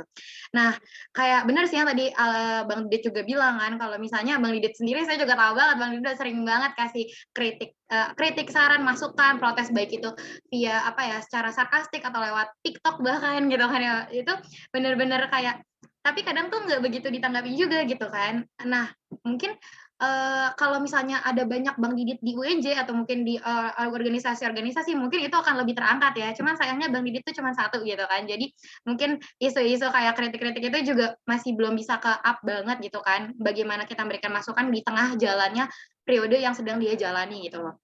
Nah, kalau tanggapan saya sih kalau misalnya dari adanya apa ya, adanya kayak mereka nggak sesuai janji, mereka nggak sesuai apa yang mereka omongin di awal gitu kan. Ya kan kalau kita tiba-tiba demo nurun itu kan nggak bisa, banyak banget hal yang harus di apa ya, menyinggung satu sama lain gitu, harus diurus segala macam gitu. Ya tentunya memang balik lagi sih gitu, satu-satunya jalan menurut saya ya evaluasi gitu. Cuman sampai sekarang masih menurut saya ya, masih belum ketemu evaluasi yang efektif itu seperti apa gitu loh. Kritik secara langsung kah, demo kah, atau mungkin kayak kalau perlu tuh kayak di forum kah gitu. Menurut saya kayak saya yakin organisasi udah banyak melakukan hal tersebut, tapi apa ya, dampak dari evaluasinya itu loh yang masih belum, itulah kenapa kayak ya udah akhirnya tetap jalan juga kok sampai akhir kepengurusan gitu, dan itu yang masih terus, dan itu mungkin jadi PR untuk kita bersama juga ya gitu kan dalam organisasi, apakah apa namanya ya, evaluasi yang selama ini dijalankan itu sudah sesuai dengan tujuannya ataukah belum gitu kan. Jadi memang kalau tanggapan saya sih mungkin seperti itu. Kalau suruh ngasih saran ya gimana ya, emang masih juga saya pribadi belum punya saran yang benar-benar efektif kali ya, gimana cara memberikan agar mereka tuh bisa memperbaiki diri atau memperbaiki program yang mereka jalankan di tengah periodisasi gitu kan, sesuai dengan apa yang mereka bilang di awal gitu. Cuman mungkin dari yang lainnya juga bisa saling memberikan masukan dan tanggapan biar bisa jadi apa ya, ini PR kita bersama dan kita bersama juga mencari solusi bersama gitu. Nah, mungkin dari saya itu saja. Oke, mungkin boleh nambahin sedikit ya sebagai penutup. Sebenarnya kepikiran hal yang sama dengan Bang Didit, dan karena saya tidak berkecimpung langsung dalam Opmawa ya, saya tidak tahu sebenarnya strukturisasi yang dilakukan DPM itu dalam melakukan pengawasan sejauh apa gitu. Sebenarnya kalau kita merujuk pada demokrasi parlementer misalnya, itu bisa ada yang namanya mosi tidak percaya terhadap yang berjalan saat ini gitu, untuk pada akhirnya diturunkan kalau memang kita merasa bahwa tidak ada perubahan atau tidak ada sesuatu yang dilakukan dalam pemerintahan tersebut gitu. Nah, di DPM ini atau di legislatif yang berjalan di dalam organisasi kemahasiswaan sampai sejauh itu nggak sih mengaturnya gitu, karena beberapa problem yang pernah terjadi itu cukup meresahkan gitu, karena kalau suatu organisasi sampai kehilangan kepala, bagaimana dengan bawahan-bawahannya gitu. Pada akhirnya arah yang pengen dituju tadi ya udah kemana aja, akhirnya mereka jadi kayak peta buta aja, nggak tahu apa sih sebenarnya udah sampai di titik mana sih kita berjalan gitu, sampai akhirnya hilang arah. Nah, menyambung dari Kak Syifa tadi, bener banget, sekarang tuh jadi pertanyaannya adalah evaluasinya tuh sudah sejauh mana gitu, ataukah evaluasinya karena teman dan karena kenal, karena mungkin satu kelas kemudian jadi penyelesaiannya adalah karena pertemanan, atau karena memang kita nggak saling menjaga perasaan satu sama lain sehingga nggak bisa untuk ngelakuin aksi yang benar-benar nyata untuk perubahan, atau kayak gimana gitu. Nah, itu yang harus benar-benar rigid dibahas di dalam Opmawa sih untuk kedepannya, karena mungkin bukan PPKN aja yang pernah merasakan, mungkin ada beberapa organisasi Opmawa lain ataupun Ormawa juga sama gitu. Jadi perlu banget untuk ada perubahan sih. Benar kata Kak Syifa, mungkin perlu banyak Bang Didit lainnya untuk bisa ngegebrak itu sih. Itu sih kalau dari saya tambahannya. Terima kasih.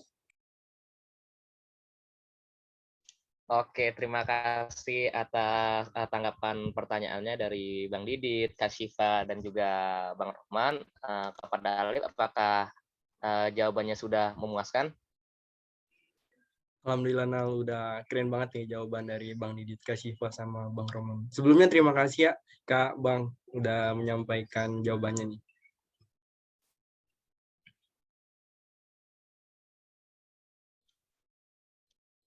Oke, terima kasih juga. Terima kasih lagi Alif.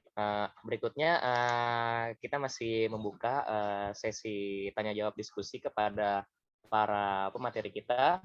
Kepada teman-teman dipersilakan.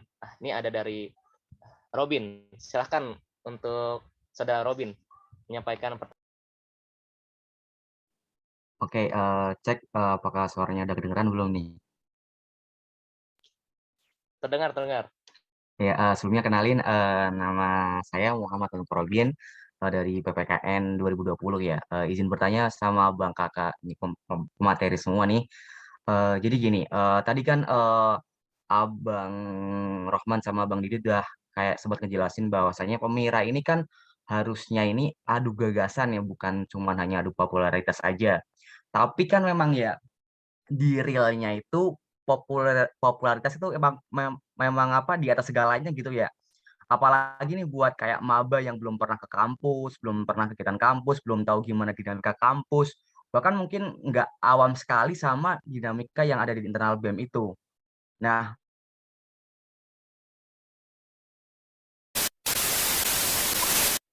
bahwa mereka akan terlibat langsung dengan pemilihan opma-opma itu yang punya orientasi ke depannya untuk apa, jalannya seperti apa, dan sebagainya.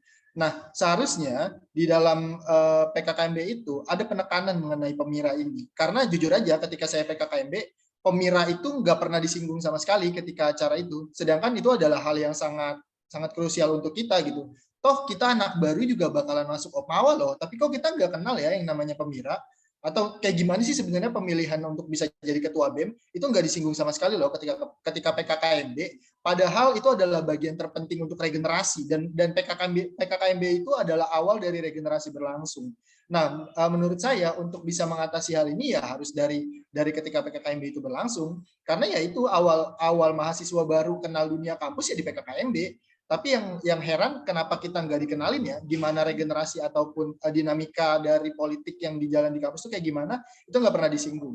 Mungkin itu jadi sebuah catatan untuk BEM ke depannya, gimana sih pada akhirnya ini bisa tertanam gitu, nilai pandangan kita terhadap Opmawa, orientasi terhadap Opmawa, itu bisa diinternalisasi di awal gitu, sehingga meskipun ini orang baru atau mahasiswa baru, mereka nggak buta-buta banget soal pemilihan ini. Mereka nggak sekedar gelap mata terus diarahin oleh orang terus jadinya milih karena popularitas, enggak. Tapi bagaimana caranya?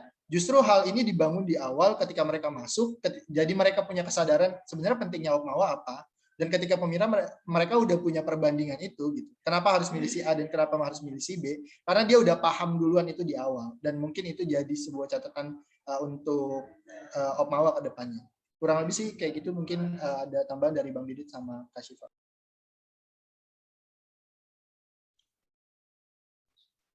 Oke, terima kasih Bang Rahman atas tanggapan pertanyaannya. Mungkin bisa dilanjutkan oleh pembicara Kak Syifa mungkin.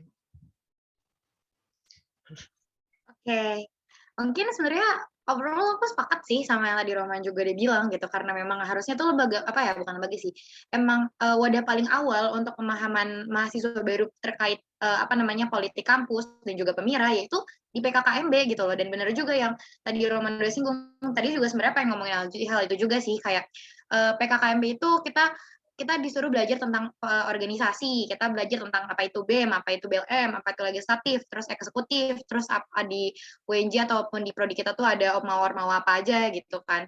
Nah, cuman kayak kadang tuh esensinya tuh memang masih belum nangkap ya gitu kan. Emang belum benar-benar disinggung secara apa ya, real gitu dengan keadaan yang benar-benar terjadi ketika Pemira itu seperti apa gitu. Nah, kalau misalnya menurut saya tuh gimana kalau misalnya nantinya bisa apa ya, biar maba itu nggak kedoktrin ya ibaratnya sama popularitas gitu. Sebenarnya pengen ngebedain lagi sih, kayak popularitas itu juga tentunya ya cakupannya banyak gitu. Populer yang karena sering muncul di depan, misalnya kayak sering MC, terus sering jadi misalnya jadi ketua pelaksana segala macam, sama populer ketika emang dia itu punya prestasi, dia itu punya apa ya, aksi yang emang bikin orang-orang tuh amazed sama dia, itu beda gitu kan. Ada yang populernya itu memang dengan tujuan biar kayak ya ibaratnya biar mukanya di mana-mana dulu, biar orang-orang kenal dia, dan akhirnya mudah untuk dia bisa akhirnya bisa naik gitu kan. Dan ada juga yang emang populernya tuh karena emang dia punya banyak relasi gitu. Dan kalau punya banyak relasi itu sebenarnya menurut saya emang kayak hal yang positif juga dalam organisasi gitu kan. Jadi kalau misalnya emang kayak dia tuh banyak karena banyaknya akhirnya dia bisa naik, itu adalah salah satu investasi yang dilakukan. Tandanya memang dia bersungguh-sungguh gitu loh ketika ingin membangun relasi dan juga pengen bisa apa ya, akhirnya entah itu apa relasinya itu sama mahasiswa baru ataupun mahasiswa yang angkatan dia dan lebih tua gitu. Nah mungkin kalau misalnya menurut saya sendiri ya, agar kayak maba itu nggak begitu ke doktrin itu, mungkin juga memang adanya pengawalan ketika saat pemira gitu loh. Jadi kayak boleh nih kalau misalnya di Instagram atau mungkin di flyer atau di banner gitu diberikan kayak semacam quotes-quotes yang mana kayak bikin mereka tuh lebih kayak aware gitu loh, kalau misalnya pemira ini bukan cuma sekedar kayak lo yang penting vote, terus kalau udah vote terserah nanti siapa yang jadi pemimpinnya, itu nggak kayak gitu. Tapi emang bener-bener kalau emang nggak tahu siapa yang mau di vote, nggak tahu siapa yang naik, siapa yang orangnya itu programnya kayak gimana, jangan sembarang milih cuman sekedar kayak yaudah gantengan yang ini, yaudah cakepan yang ini, yaudah gue pilih yang ini deh gitu kan. Kadang-kala gitu karena dulu jujur aja pas maba gue juga bahkan nggak tahu gitu loh, kayak ini kan disuruh milih ketua BEM-nya gitu kan, terus kayak ini yang orangnya yang mana, ininya yang mana, prokernya apa, visi misinya apa gitu. Walaupun ada sih visi misinya dituliskan, tapi kayak apakah ini cuman gimmick, apakah itu emang beneran dilakukan gitu kan. Nah kayak kadang tuh dimilih ya bukannya menyarankan untuk golput juga enggak sih, tapi setidaknya at least kayak kita juga dari pribadinya juga ya, dari mabanya itu juga harus punya awareness buat research dulu tentang siapa yang akan mereka pilih gitu. Jangan pas udah pemira terus akhirnya mereka sembarang milih gitu kan. Jadi kalau menurut gue sih lebih ke arah kayak pengawalannya aja sih ke mahasiswa barunya, nanti ketika sebelum pemira itu bagaimana mereka tuh udah punya apa ya, udah punya gambaran sendiri terkait siapa yang akan mereka pilih, terus kayak siapa orangnya seperti apa, berasal dari mana, programnya apa aja gitu. Dan pengawalannya itu nggak cuma sekadar proker-proker yang ya dibuat untuk sekadar kayak memeriahkan pemira saja gitu, tapi memang esensinya itu memang benar-benar agar ya tadi yang pertanyaannya Robin, mengurangi kayak maba yang asal milih karena berdasarkan popularitasnya saja, seperti itu.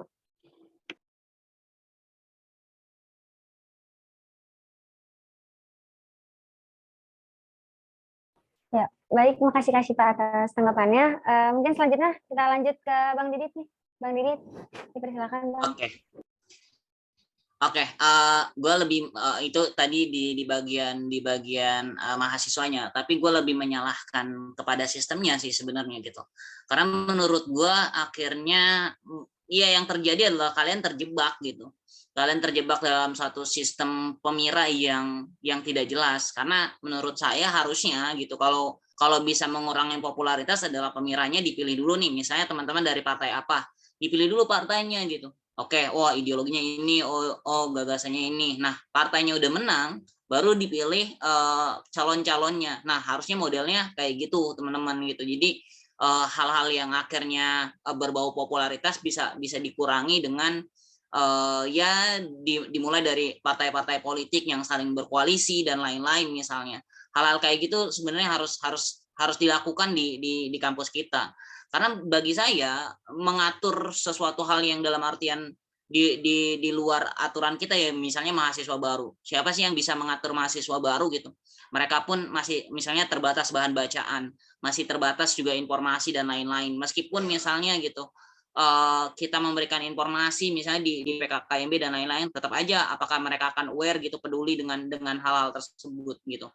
Yang sebenarnya yang jadi vital adalah kegagalan dari sistem KPU gitu. KPU saya yakin nih kalau kita ajak berdebat lah gitu, KPU sekarang atau MTM sekarang gitu, saya yakin nggak paham sebenarnya sistem pemilu yang harus dibangun di mahasiswa itu kenapa harus demikian, terus kenapa sistemnya harus seperti ini, apa maknanya dan lain-lain. Saya yakin mereka tidak tahu gitu, karena lagi-lagi yang mereka lakukan hanyalah mengikuti turun-temurun. Oh, aturannya ada segini, regulasinya kayak gini. Tidak, karena harusnya nih teman-teman harus paham bahwa kalau dalam segi aturan ya, aturan hukum, Profesor Sachito Raharjo bilang kalau sifat hukum itu dinamis. sama seperti sifatnya pemilu, harusnya sifatnya juga dinamis. Jadi menyesuaikan dengan kebutuhan, dengan keadaan zaman, jangan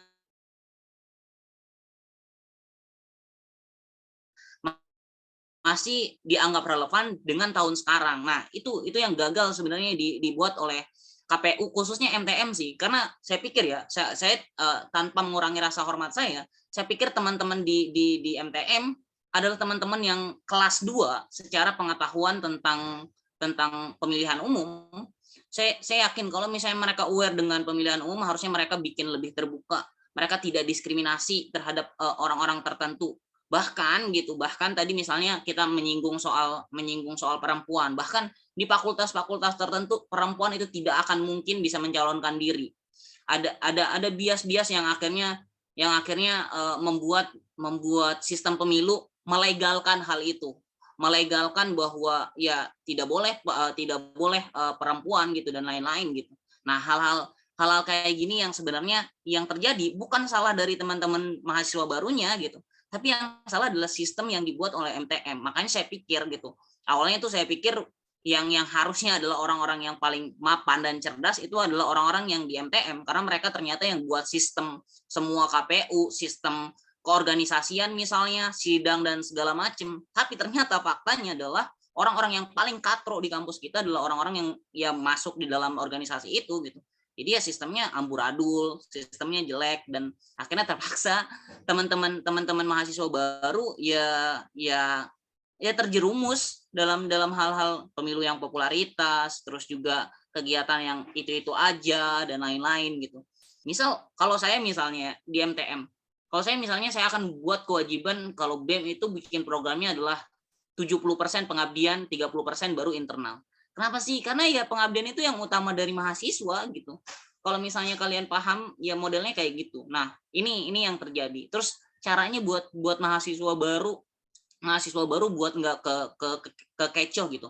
Nah, ini yang menurut saya juga gagal dipahami sama mahasiswa baru adalah bias teman-teman. Teman-teman biasanya ketemu satu senior, ya udah ikutin satu senior doang. Itu jangan gitu. Teman-teman harus ya banyak lah ngobrol sama senior A, senior yang misalnya ya sangat progresif, sangat islamis dan lain-lain. Jangan pernah batasi buat dapat pengetahuan baru. Kalau misalnya teman-teman membatasi, ya udah teman-teman cuma taunya itu, teman-teman ngertinya itu, teman-teman ya udah ngikutin senior itu doang. Ibaratnya ya udah jadi kacung senior itu doang, kayak gitu kasarnya lah, kayak gitu. Itu sih menurut saya yang terjadi, kenapa akhirnya teman-teman mahasiswa baru memilih yang popularitas doang gitu. Nah, lagi-lagi teman-teman cuman, oh senior ini nih yang gue tahu, teman-teman deketin itu doang, kayak gitu. Kayak gitu teman-teman. Oke, terima kasih Bang Didit atas tanggapannya. Wah, mantep banget nih mengenai tanggapan-tanggapan daripada ketiga pembicara ini. Mungkin bisa dilanjut bagi pada teman-teman audiens semua yang masih ingin punya pertanyaan gitu, menik lebih dalam lagi dari gagasan-gagasan atau perspektif. Wah, ada Nurini Tridesvania. Halo Ririn, silakan Ririn menyampaikan pertanyaannya, diskusinya. Oke, baik. Terima kasih ya Renaldo sudah diberikan kesempatan untuk bertanya. Sebenarnya saya akan menyampaikan 2 pertanyaan. Untuk yang pertama, saya ingin bertanya kepada Bang Rohman dan juga Bang Didit terkait perempuan sebagai pemimpin organisasi. Nah, bagaimana tanggapan dari Bang Rohman dan Bang Didit sendiri mengenai perempuan itu bakalan menjadi pemimpin dari suatu organisasi? Apakah punya pendapat sendiri atau justru setuju dengan apa yang sudah dijelaskan oleh Kak Syifa sebelumnya? Nah, untuk satu pertanyaan lagi untuk Kak Syifa, banyak mungkin dari perempuan yang dari awal dia sudah mempersiapkan gitu, dia mempunyai kapabilitas yang bagus, tapi pada saat prosesnya ada stigma-stigma dan omongan-omongan yang istilahnya apa ya, menjatuhkan mentalnya dia, gitu. Sampai akhirnya dia tidak mempunyai kepercayaan diri lagi untuk menjadi seorang pemimpin.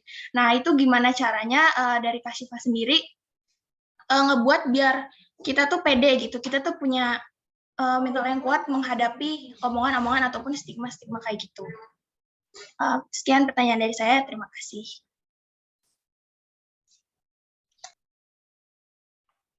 Oke, terima kasih Ririn atas pertanyaannya.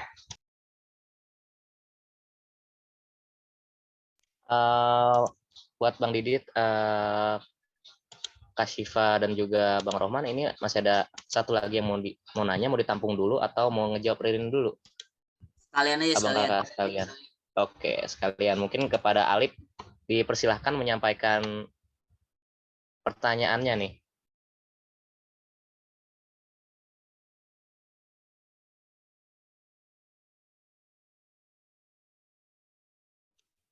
Halo Alif.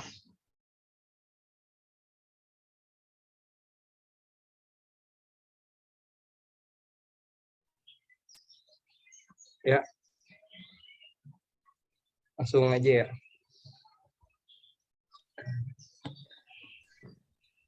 Iya, Alif, silakan sampaikan pertanyaannya, Alif. Ya, terima kasih Erlangga Ronaldo dan juga Mega ya yang udah memberikan kesempatan kepada saya. Sekali lagi mohon maaf kalau misalnya saya off cam gitu karena ada beberapa suatu kendala yang saya alami sekarang gitu. Oke, mohon izin lagi ya Bang Didit, Kak Syifa, dan Bang Rohman untuk pertanyaan saya lagi gitu. Kalau misalnya kita membahas Pemira, lagi-lagi kan kita tidak terlepas dengan partisipasi politik gitu ya Bang ya, dari pasangan calon yang memiliki gagasan visioner maupun partisipasi politik dari pemilih pasangan calon tersebut gitu. Tetapi di sini kita juga tidak terlepas dengan ada yang namanya itu tren kotak kosong gitu Bang, dari Pemira Badan Eksekutif Mahasiswa ya, yang seperti kita ketahui bersama gitu. Nah, dari hal tersebut, menurut Bang Didit, Kak Syifa, dan Bang Rohman, bagaimana menyikapi atau menanggapi hal tersebut gitu? Kalau bahwasannya pasangan calon yang maju itu tidak memiliki gagasan yang bisa dibilang tidak visioner gitu, Bang. Nah, apakah kita tidak wajib tidak memilih atau harus tetap memilih dari pasangan calon tersebut gitu? Gitu aja sih Bang. Terima kasih.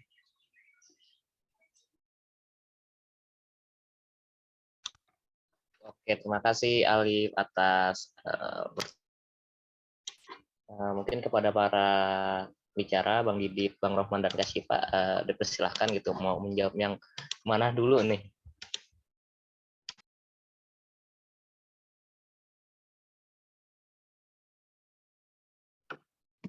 Mungkin aku coba jawab yang Ririn dulu kali ya. Oke. Silakan Kak Syifa, mangga.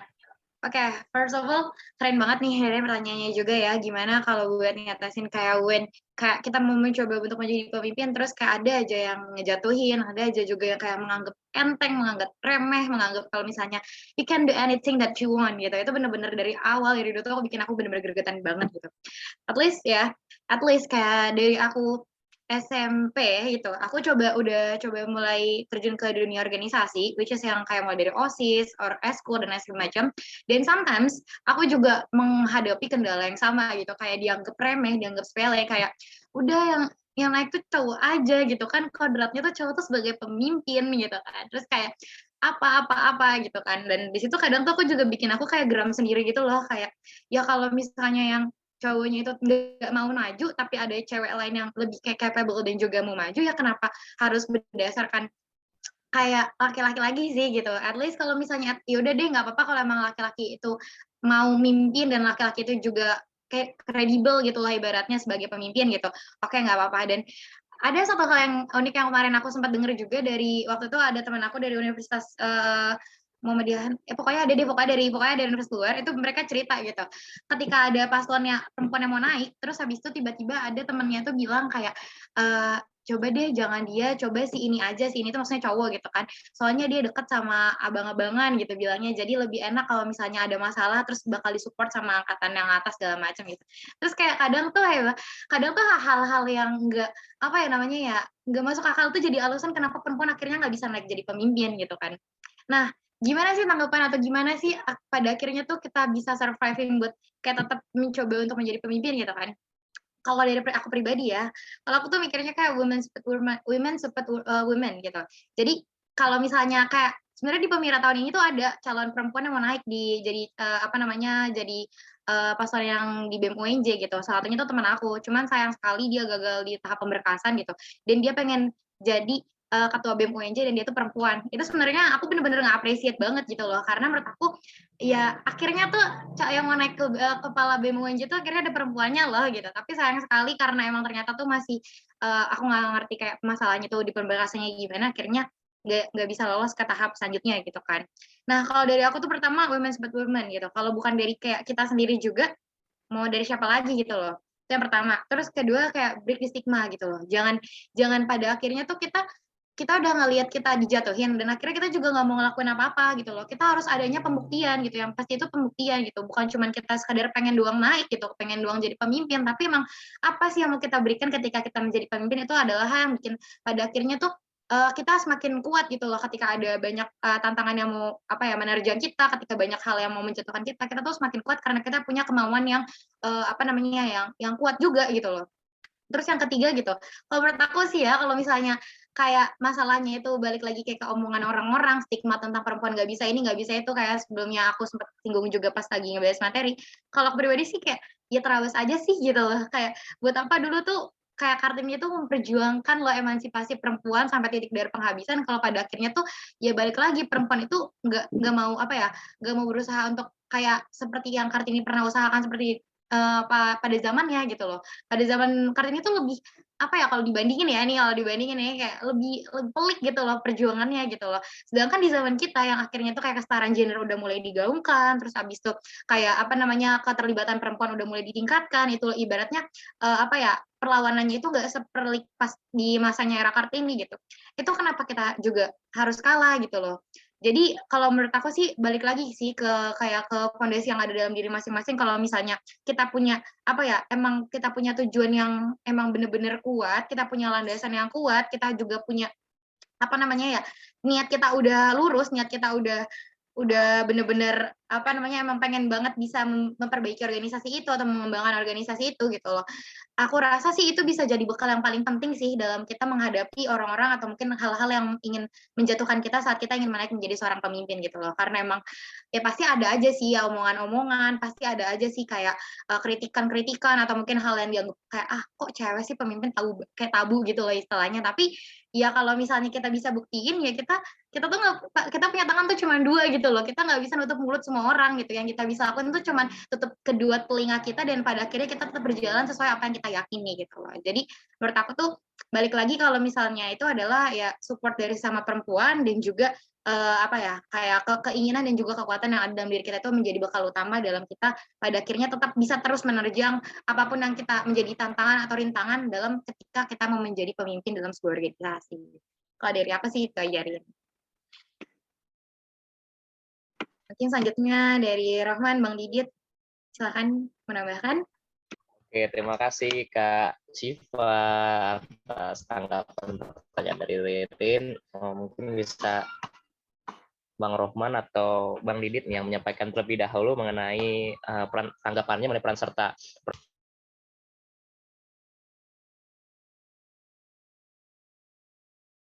Oke, gue dulu kali ya. Kalau ditanya, sebenarnya pertanyaannya agak tendensius menanyakan apakah saya setuju atau tidak. Ya, itu mungkin teman-teman yang di sekitar saya sudah paham betul.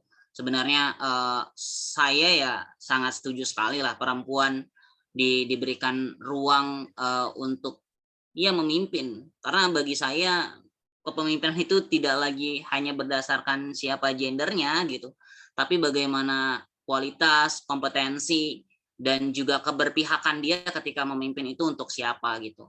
Kalau misalnya dilihat pun gitu di BEM misalnya BEMPIS tahun lalu misalnya hampir semua program di departemen saya juga yang megang adalah ya perempuan gitu. Karena memang anggotanya kebanyakan perempuan mungkin, dan juga ya karena ya saya pikir bahwa program-program yang ada dipegang di perempuan ya itu jauh lebih bisa lebih teliti lah dibandingkan mungkin laki-laki gitu. Dan kedua adalah saya pikir saya juga menghindari adanya plotting yang terlalu diskriminasi di kepanitiaan misalnya kepanitiaan konsumsi itu harus perempuan misalnya, atau sekretaris itu harus perempuan dan lain-lain gitu. Nah, hal-hal kayak gitu yang sebenarnya jadi problem sih di organisasi. Kenapa sekretaris harus perempuan misalnya?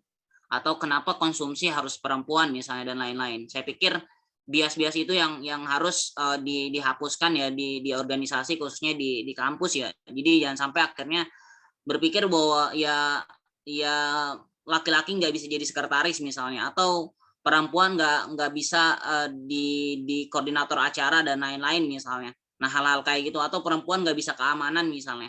Nah, hal-hal kayak gitu yang harusnya dihindari di organisasi, dan saya pikir ya saya dan kawan-kawan khususnya di teman-teman BEMPIS tahun lalu ya berusaha untuk memberikan ruang itu sih gitu. Jadi saya pikir keberpihakan saya kepada peran perempuan untuk memimpin ya sangat terbuka sekali, sangat luas, dan saya tidak akan membatasi juga.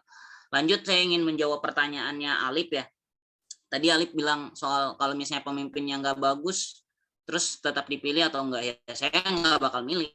Saya mending golput, dan itu udah ketentuan prinsip saya gitu. Dan saya pikir kalau ketuanya aja jelek ya gimana nanti organisasinya, dan gimana akhirnya mengontrol dari organisasinya. Ya saya pikir yang harus dikontrol adalah ya teman-teman tetap mengkritisi itu, teman-teman ya membuat gaduh lah, ibaratnya demokrasi itu kan kegaduhan sebenarnya gitu. Jadi ya gaduh aja, kritik dan segala macam, biar mereka mikir gitu kalau organisasi itu nggak cuma milik diri dia sendiri tapi milik bersama, dan program-programnya harus dibuat berkesinambungan, harus berkualitas dan lain-lain gitu. Terus kasusnya kenapa sih bisa ada kotak kosong? Ya tadi program kaderisasinya nggak jelas misalnya dari PKMP, terus PKKMB-nya nggak jelas misalnya dan lain-lain gitu. Jadi orang buat tertarik sama ikut BEM atau jadi ketua BEM itu nganggapnya cuma jadi beban, nggak ada impactful yang akhirnya menguntungkan bagi mereka gitu. Nah, ini yang jarang dikasih tahu oleh senior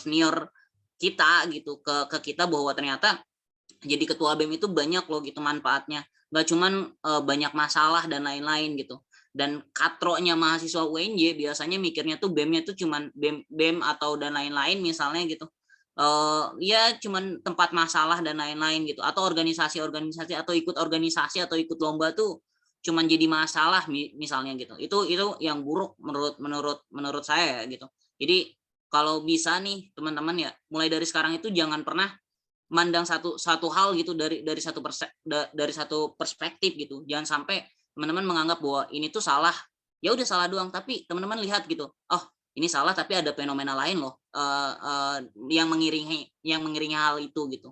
Atau ketika senior A bilang A gitu, ya teman-teman harus nyari tahu kenapa sih A ini bisa terjadi dan lain-lain. Kayak gitu teman-teman. Jadi usahakanlah munculkan budaya terus menanyakan terhadap diri teman-teman, kenapa sih ini, kenapa sih dan lain-lain kayak gitu. Hal-hal sederhana seperti itulah yang menurut saya bisa membuat ya banyak orang tertarik untuk menjadi ketua BEM dibandingkan ya sebelum-sebelumnya kayak gitu.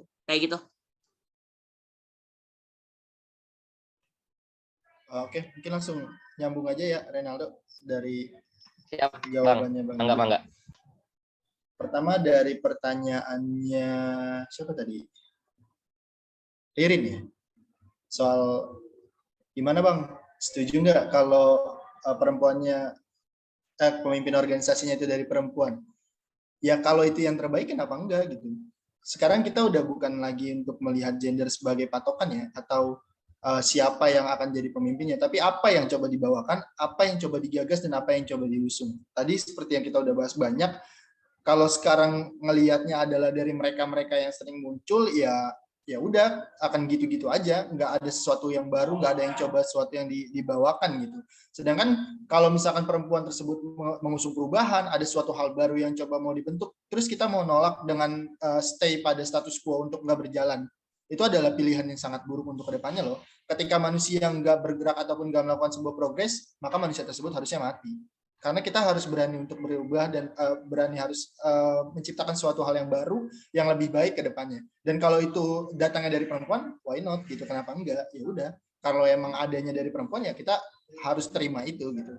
Kalau misalkan ada orang yang nggak setuju, ya apa yang dia bisa bawakan untuk menandingi ide dari si perempuan yang brilian itu gitu. Jadi pertarungannya bukan siapa atau gendernya itu apa, tapi apa yang coba dibawakan gitu. Itu yang jadi pertarungan yang harusnya jadi penilaian untuk kita ketika milih pemimpin organisasi. Bukan dia laki-laki atau perempuan, bukan dia si A atau si B, tapi apa yang diusung, apa yang jadi arah dari kepemimpinannya nanti gitu. Kemudian permasalahan kota kosong, lebih milih kota kosong atau ya udah pilih aja yang nyalonin. Ya lebih milih kota kosong, kayak tadi Bang Didit bilang, kalau misalkan calon yang gak berkualitas buat apa dipilih.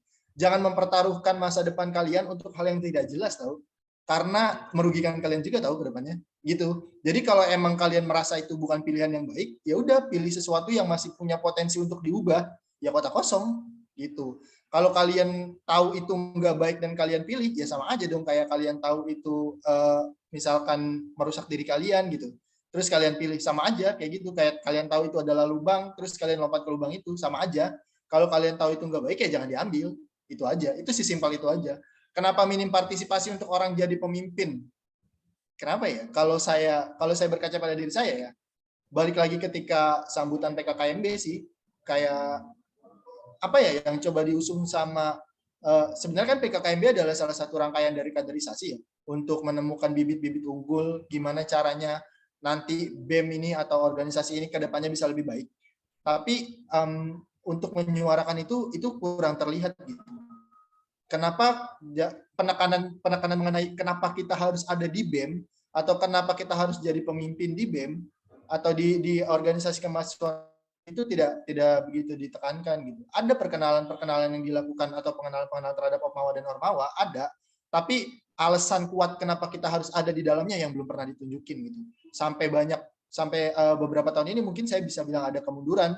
Kayak di fakultas kita aja deh, nggak usah terlalu jauh, itu aja udah kelihatan dari minimnya pemimpin yang mau kita pilih atau ide yang coba diusungnya deh, atau sekarang di pergerakannya seperti apa. Ada banyak yang harus kita lihat sekarang dan harus terbuka gitu, dan mereka yang memimpin sekarang jangan menutup mata dan melihat ke sisi-sisi yang mendukung aja, tapi lihat juga orang-orang yang bersuara, orang-orang yang ngerasa ini ada kesalahan kayaknya deh, ada yang perlu dibenahi. Coba lihat ke situ juga gitu.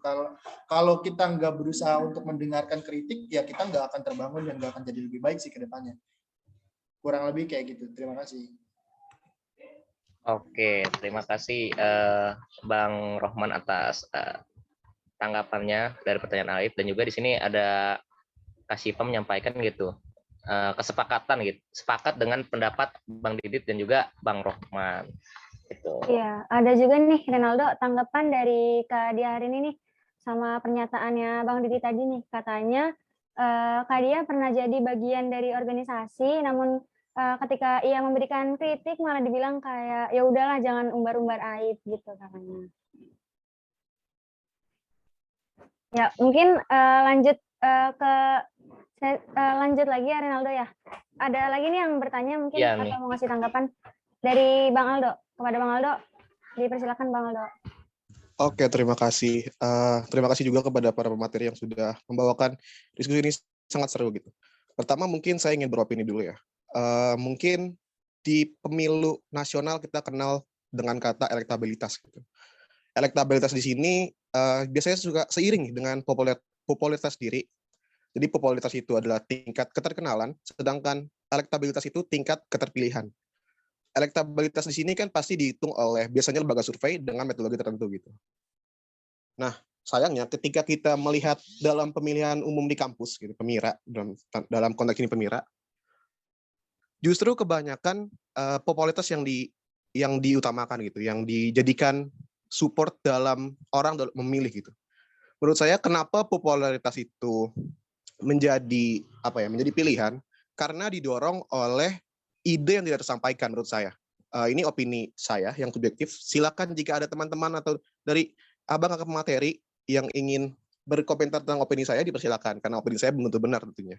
Terus popularitas ini muncul tentu karena ketidaksampainya ide kepada seluruh mahasiswa. Misalnya kalau misalnya di BEM UN ya, itu menurut saya ide-ide ini tidak tersampaikan kepada seluruh mahasiswa gitu, karena ide-ide ini dia menyampaikan ide hanya saat kampanye, dan justru saat kampanye itu komunikasi politik dari calon-calonnya itu justru rendah menurut saya.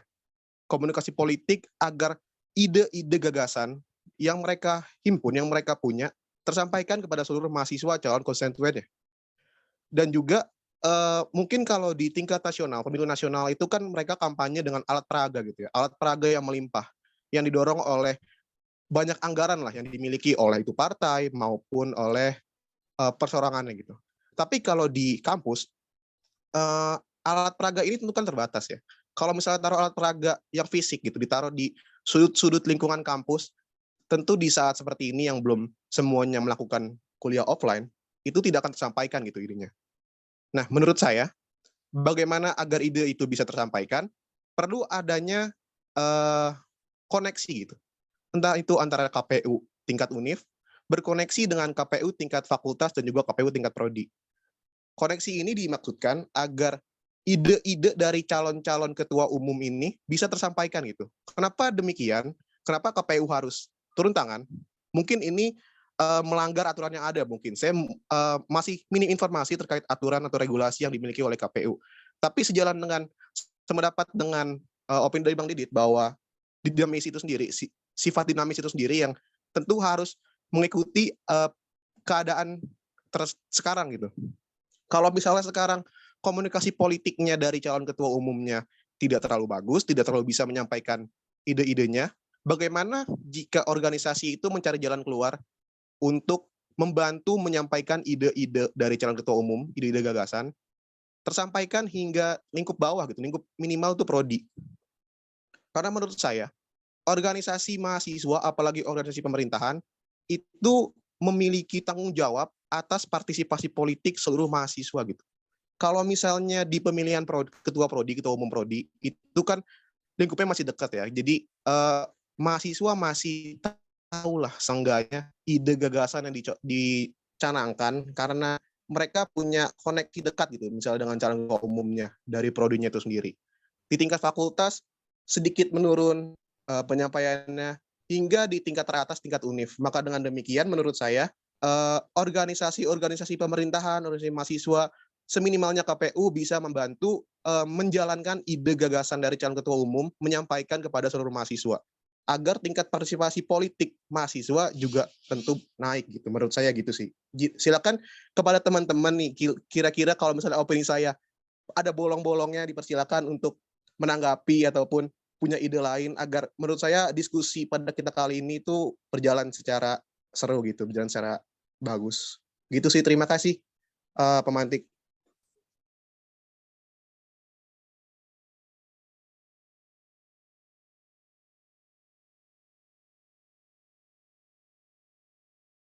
Oke, keren banget Bang Aldo. Makasih atas opininya. Mungkin ada tanggapan dari Bang Didit, Bang Rohman, Kak Syifa, atau Kakak Abang teman-teman lain nih yang udah bergabung di diskusi kali ini.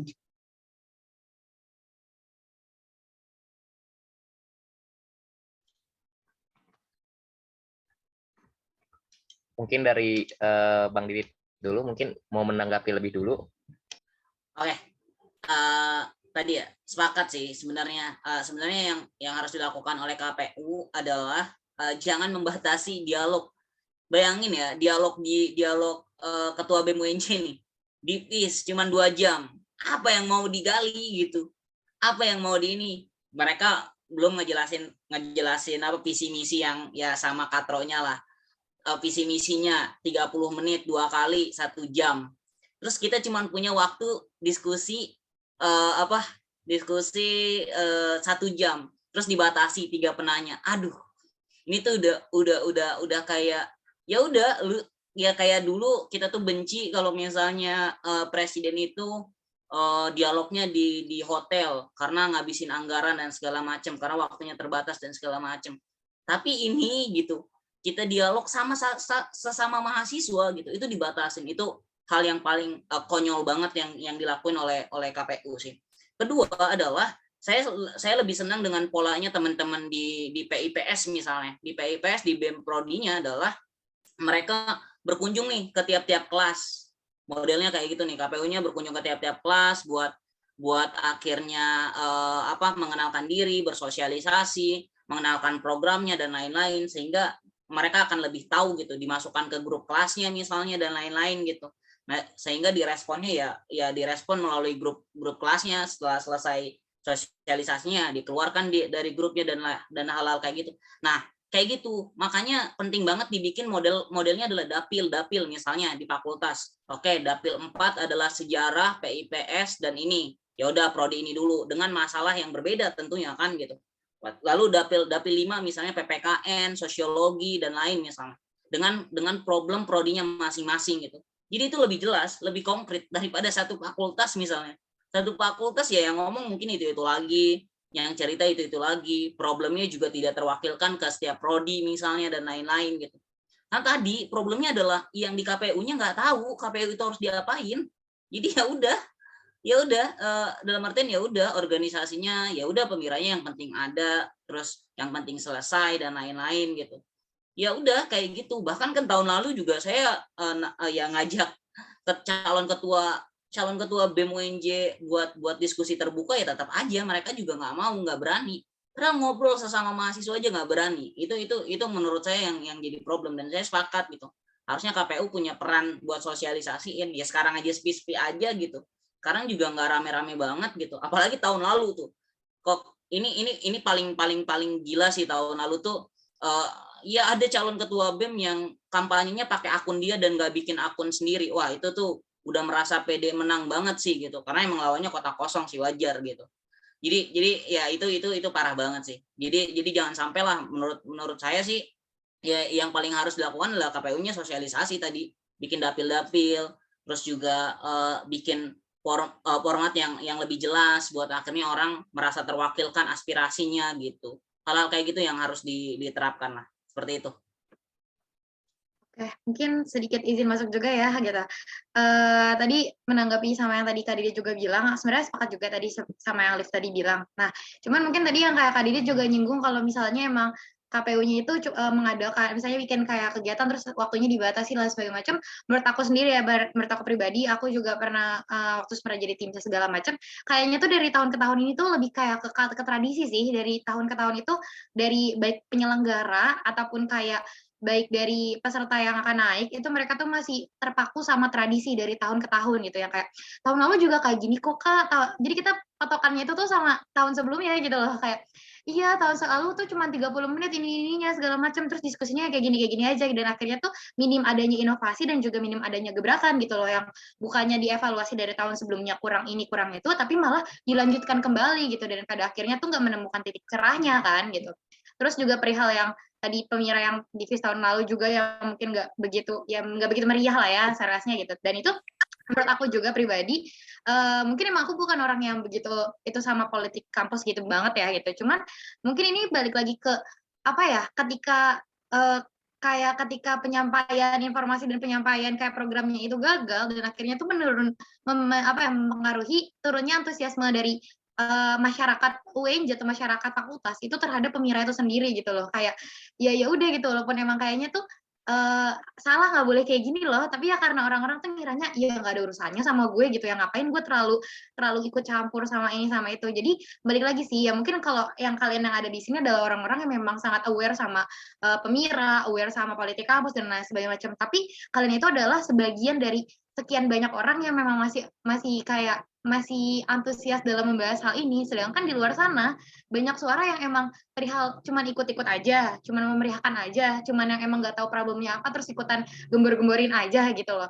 Dan itulah yang kayak pada akhirnya output yang dihasilkan juga nggak begitu maksimal gitu loh. Jadi ya mungkin itu juga sih, selain tradisi yang harus diperbaiki, awareness masyarakat dari UNJ-nya sendiri ataupun dari kampus-kampus lain juga harus ditingkatkan gitu loh. Karena percuma kalau yang ngerti 1-2 orang doang, yang aware 1-2 orang atau 1-2 kelompok doang aja, tapi yang lainnya juga cuma sebagai penonton aja yang ngelihat, wah rame apa nih, ada rame apa nih. Pasti mereka tuh lebih tertarik sama case-nya, maksudnya lebih tertarik sama yang kayak dulu risu-risu ada ketua BEM begini, yang mereka tuh lebih tertarik sama apa ya, masalah-masalah yang lagi diituin sama calon-calonnya ketimbang apa dari esensi dari Pemira itu sendiri, esensi dari visi misi yang diangkat dari itu sendiri gitu.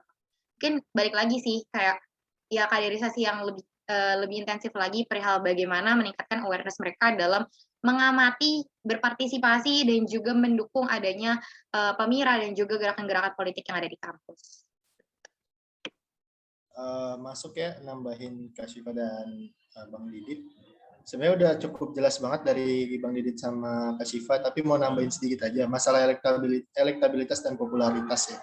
Tadi yang disinggung Aldo, kenapa jadi elektabilitasnya tuh menurun banget dibanding sama popularitas ya. Ini kan sebenarnya berkaitan dengan orang yang mau naik kan, dengan orang yang pengen jadi pemimpinnya, dengan orang yang mau jadi nakodanya nih di organisasi.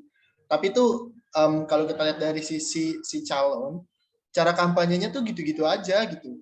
Ini tuh udah zaman yang beda, udah nggak pakai lagi tuh kayak baliho atau quotes apalah gitu yang bikin dia harus dipilih. Pokoknya tuh dari atas sampai bawah. Kalau kita lihat template, semuanya template, mau dari univ ke fakultas ke prodi, nggak ada suatu hal yang dalam kampanyenya itu bikin seseorang tuh, oh apa nih yang coba mau dibawain gitu. Dan cara kampanyenya itu sama, nggak ada sesuatu yang menarik, nggak ada sesuatu yang coba didorong atau nggak ada sesuatu yang coba diusung, di highlight gitu dari si calon yang mau naik ini gitu. Pada akhirnya ya balik lagi kalau kita ngelihat, oh ini sama aja kayak tahun kemarin template-nya, oh sama aja mainnya di jargon-jargon doang kayak yang Bang Didi bilang misalnya.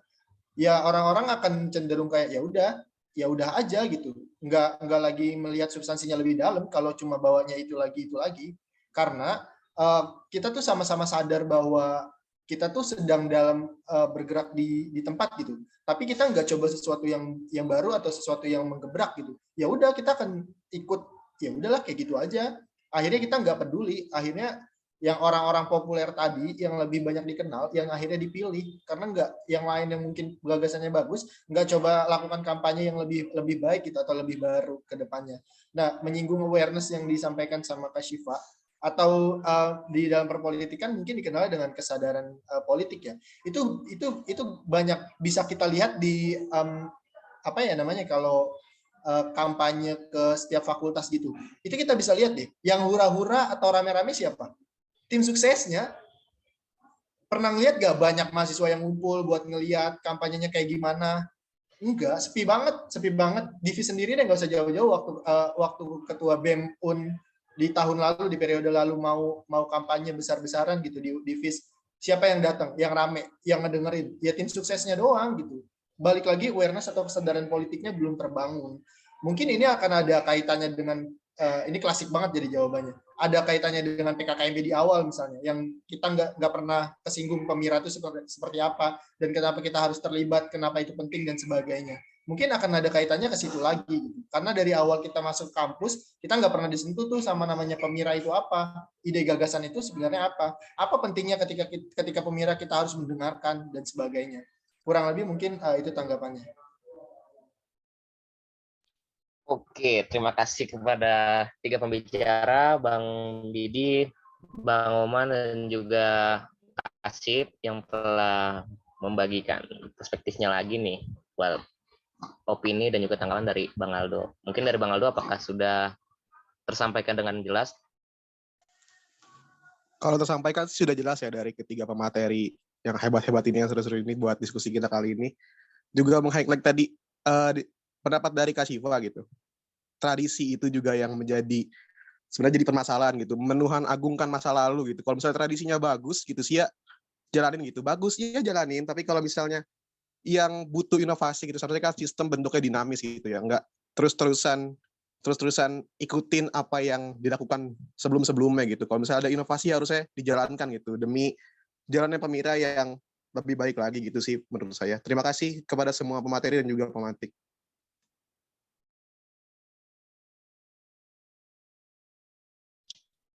Oke, terima kasih juga Bang Aldo. Baik, sampai di sini mungkin masih ada beberapa audiens, teman-teman audiens yang ingin melanjutkan diskusi kepada materi. Pada teman-teman audiens dipersilahkan.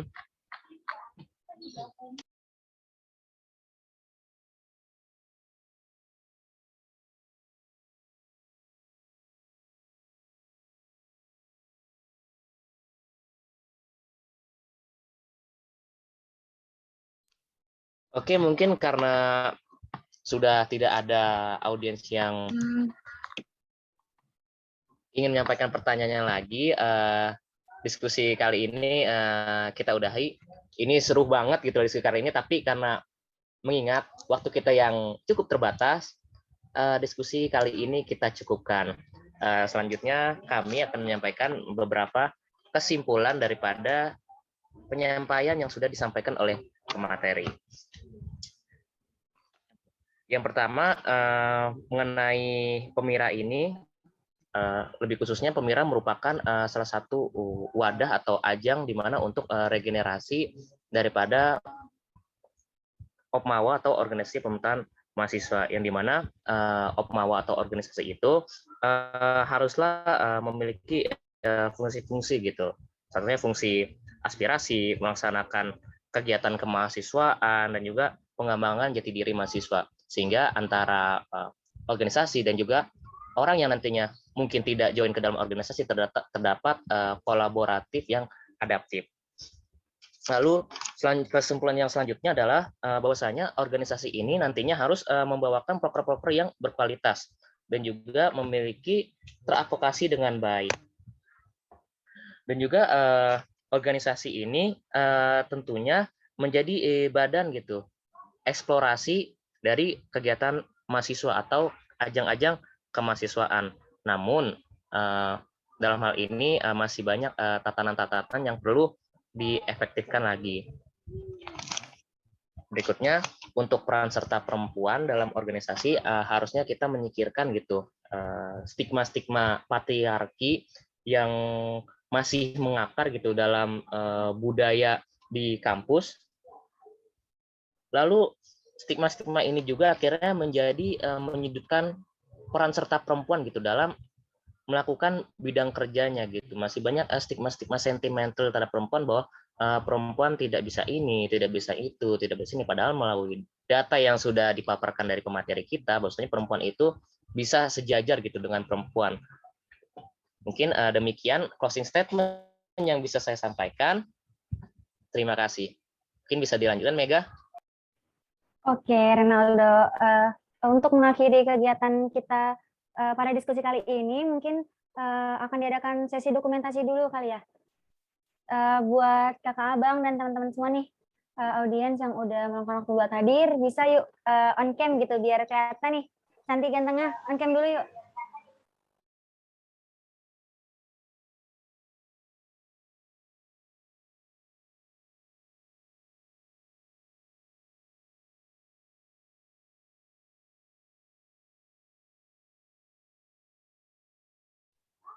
Oke.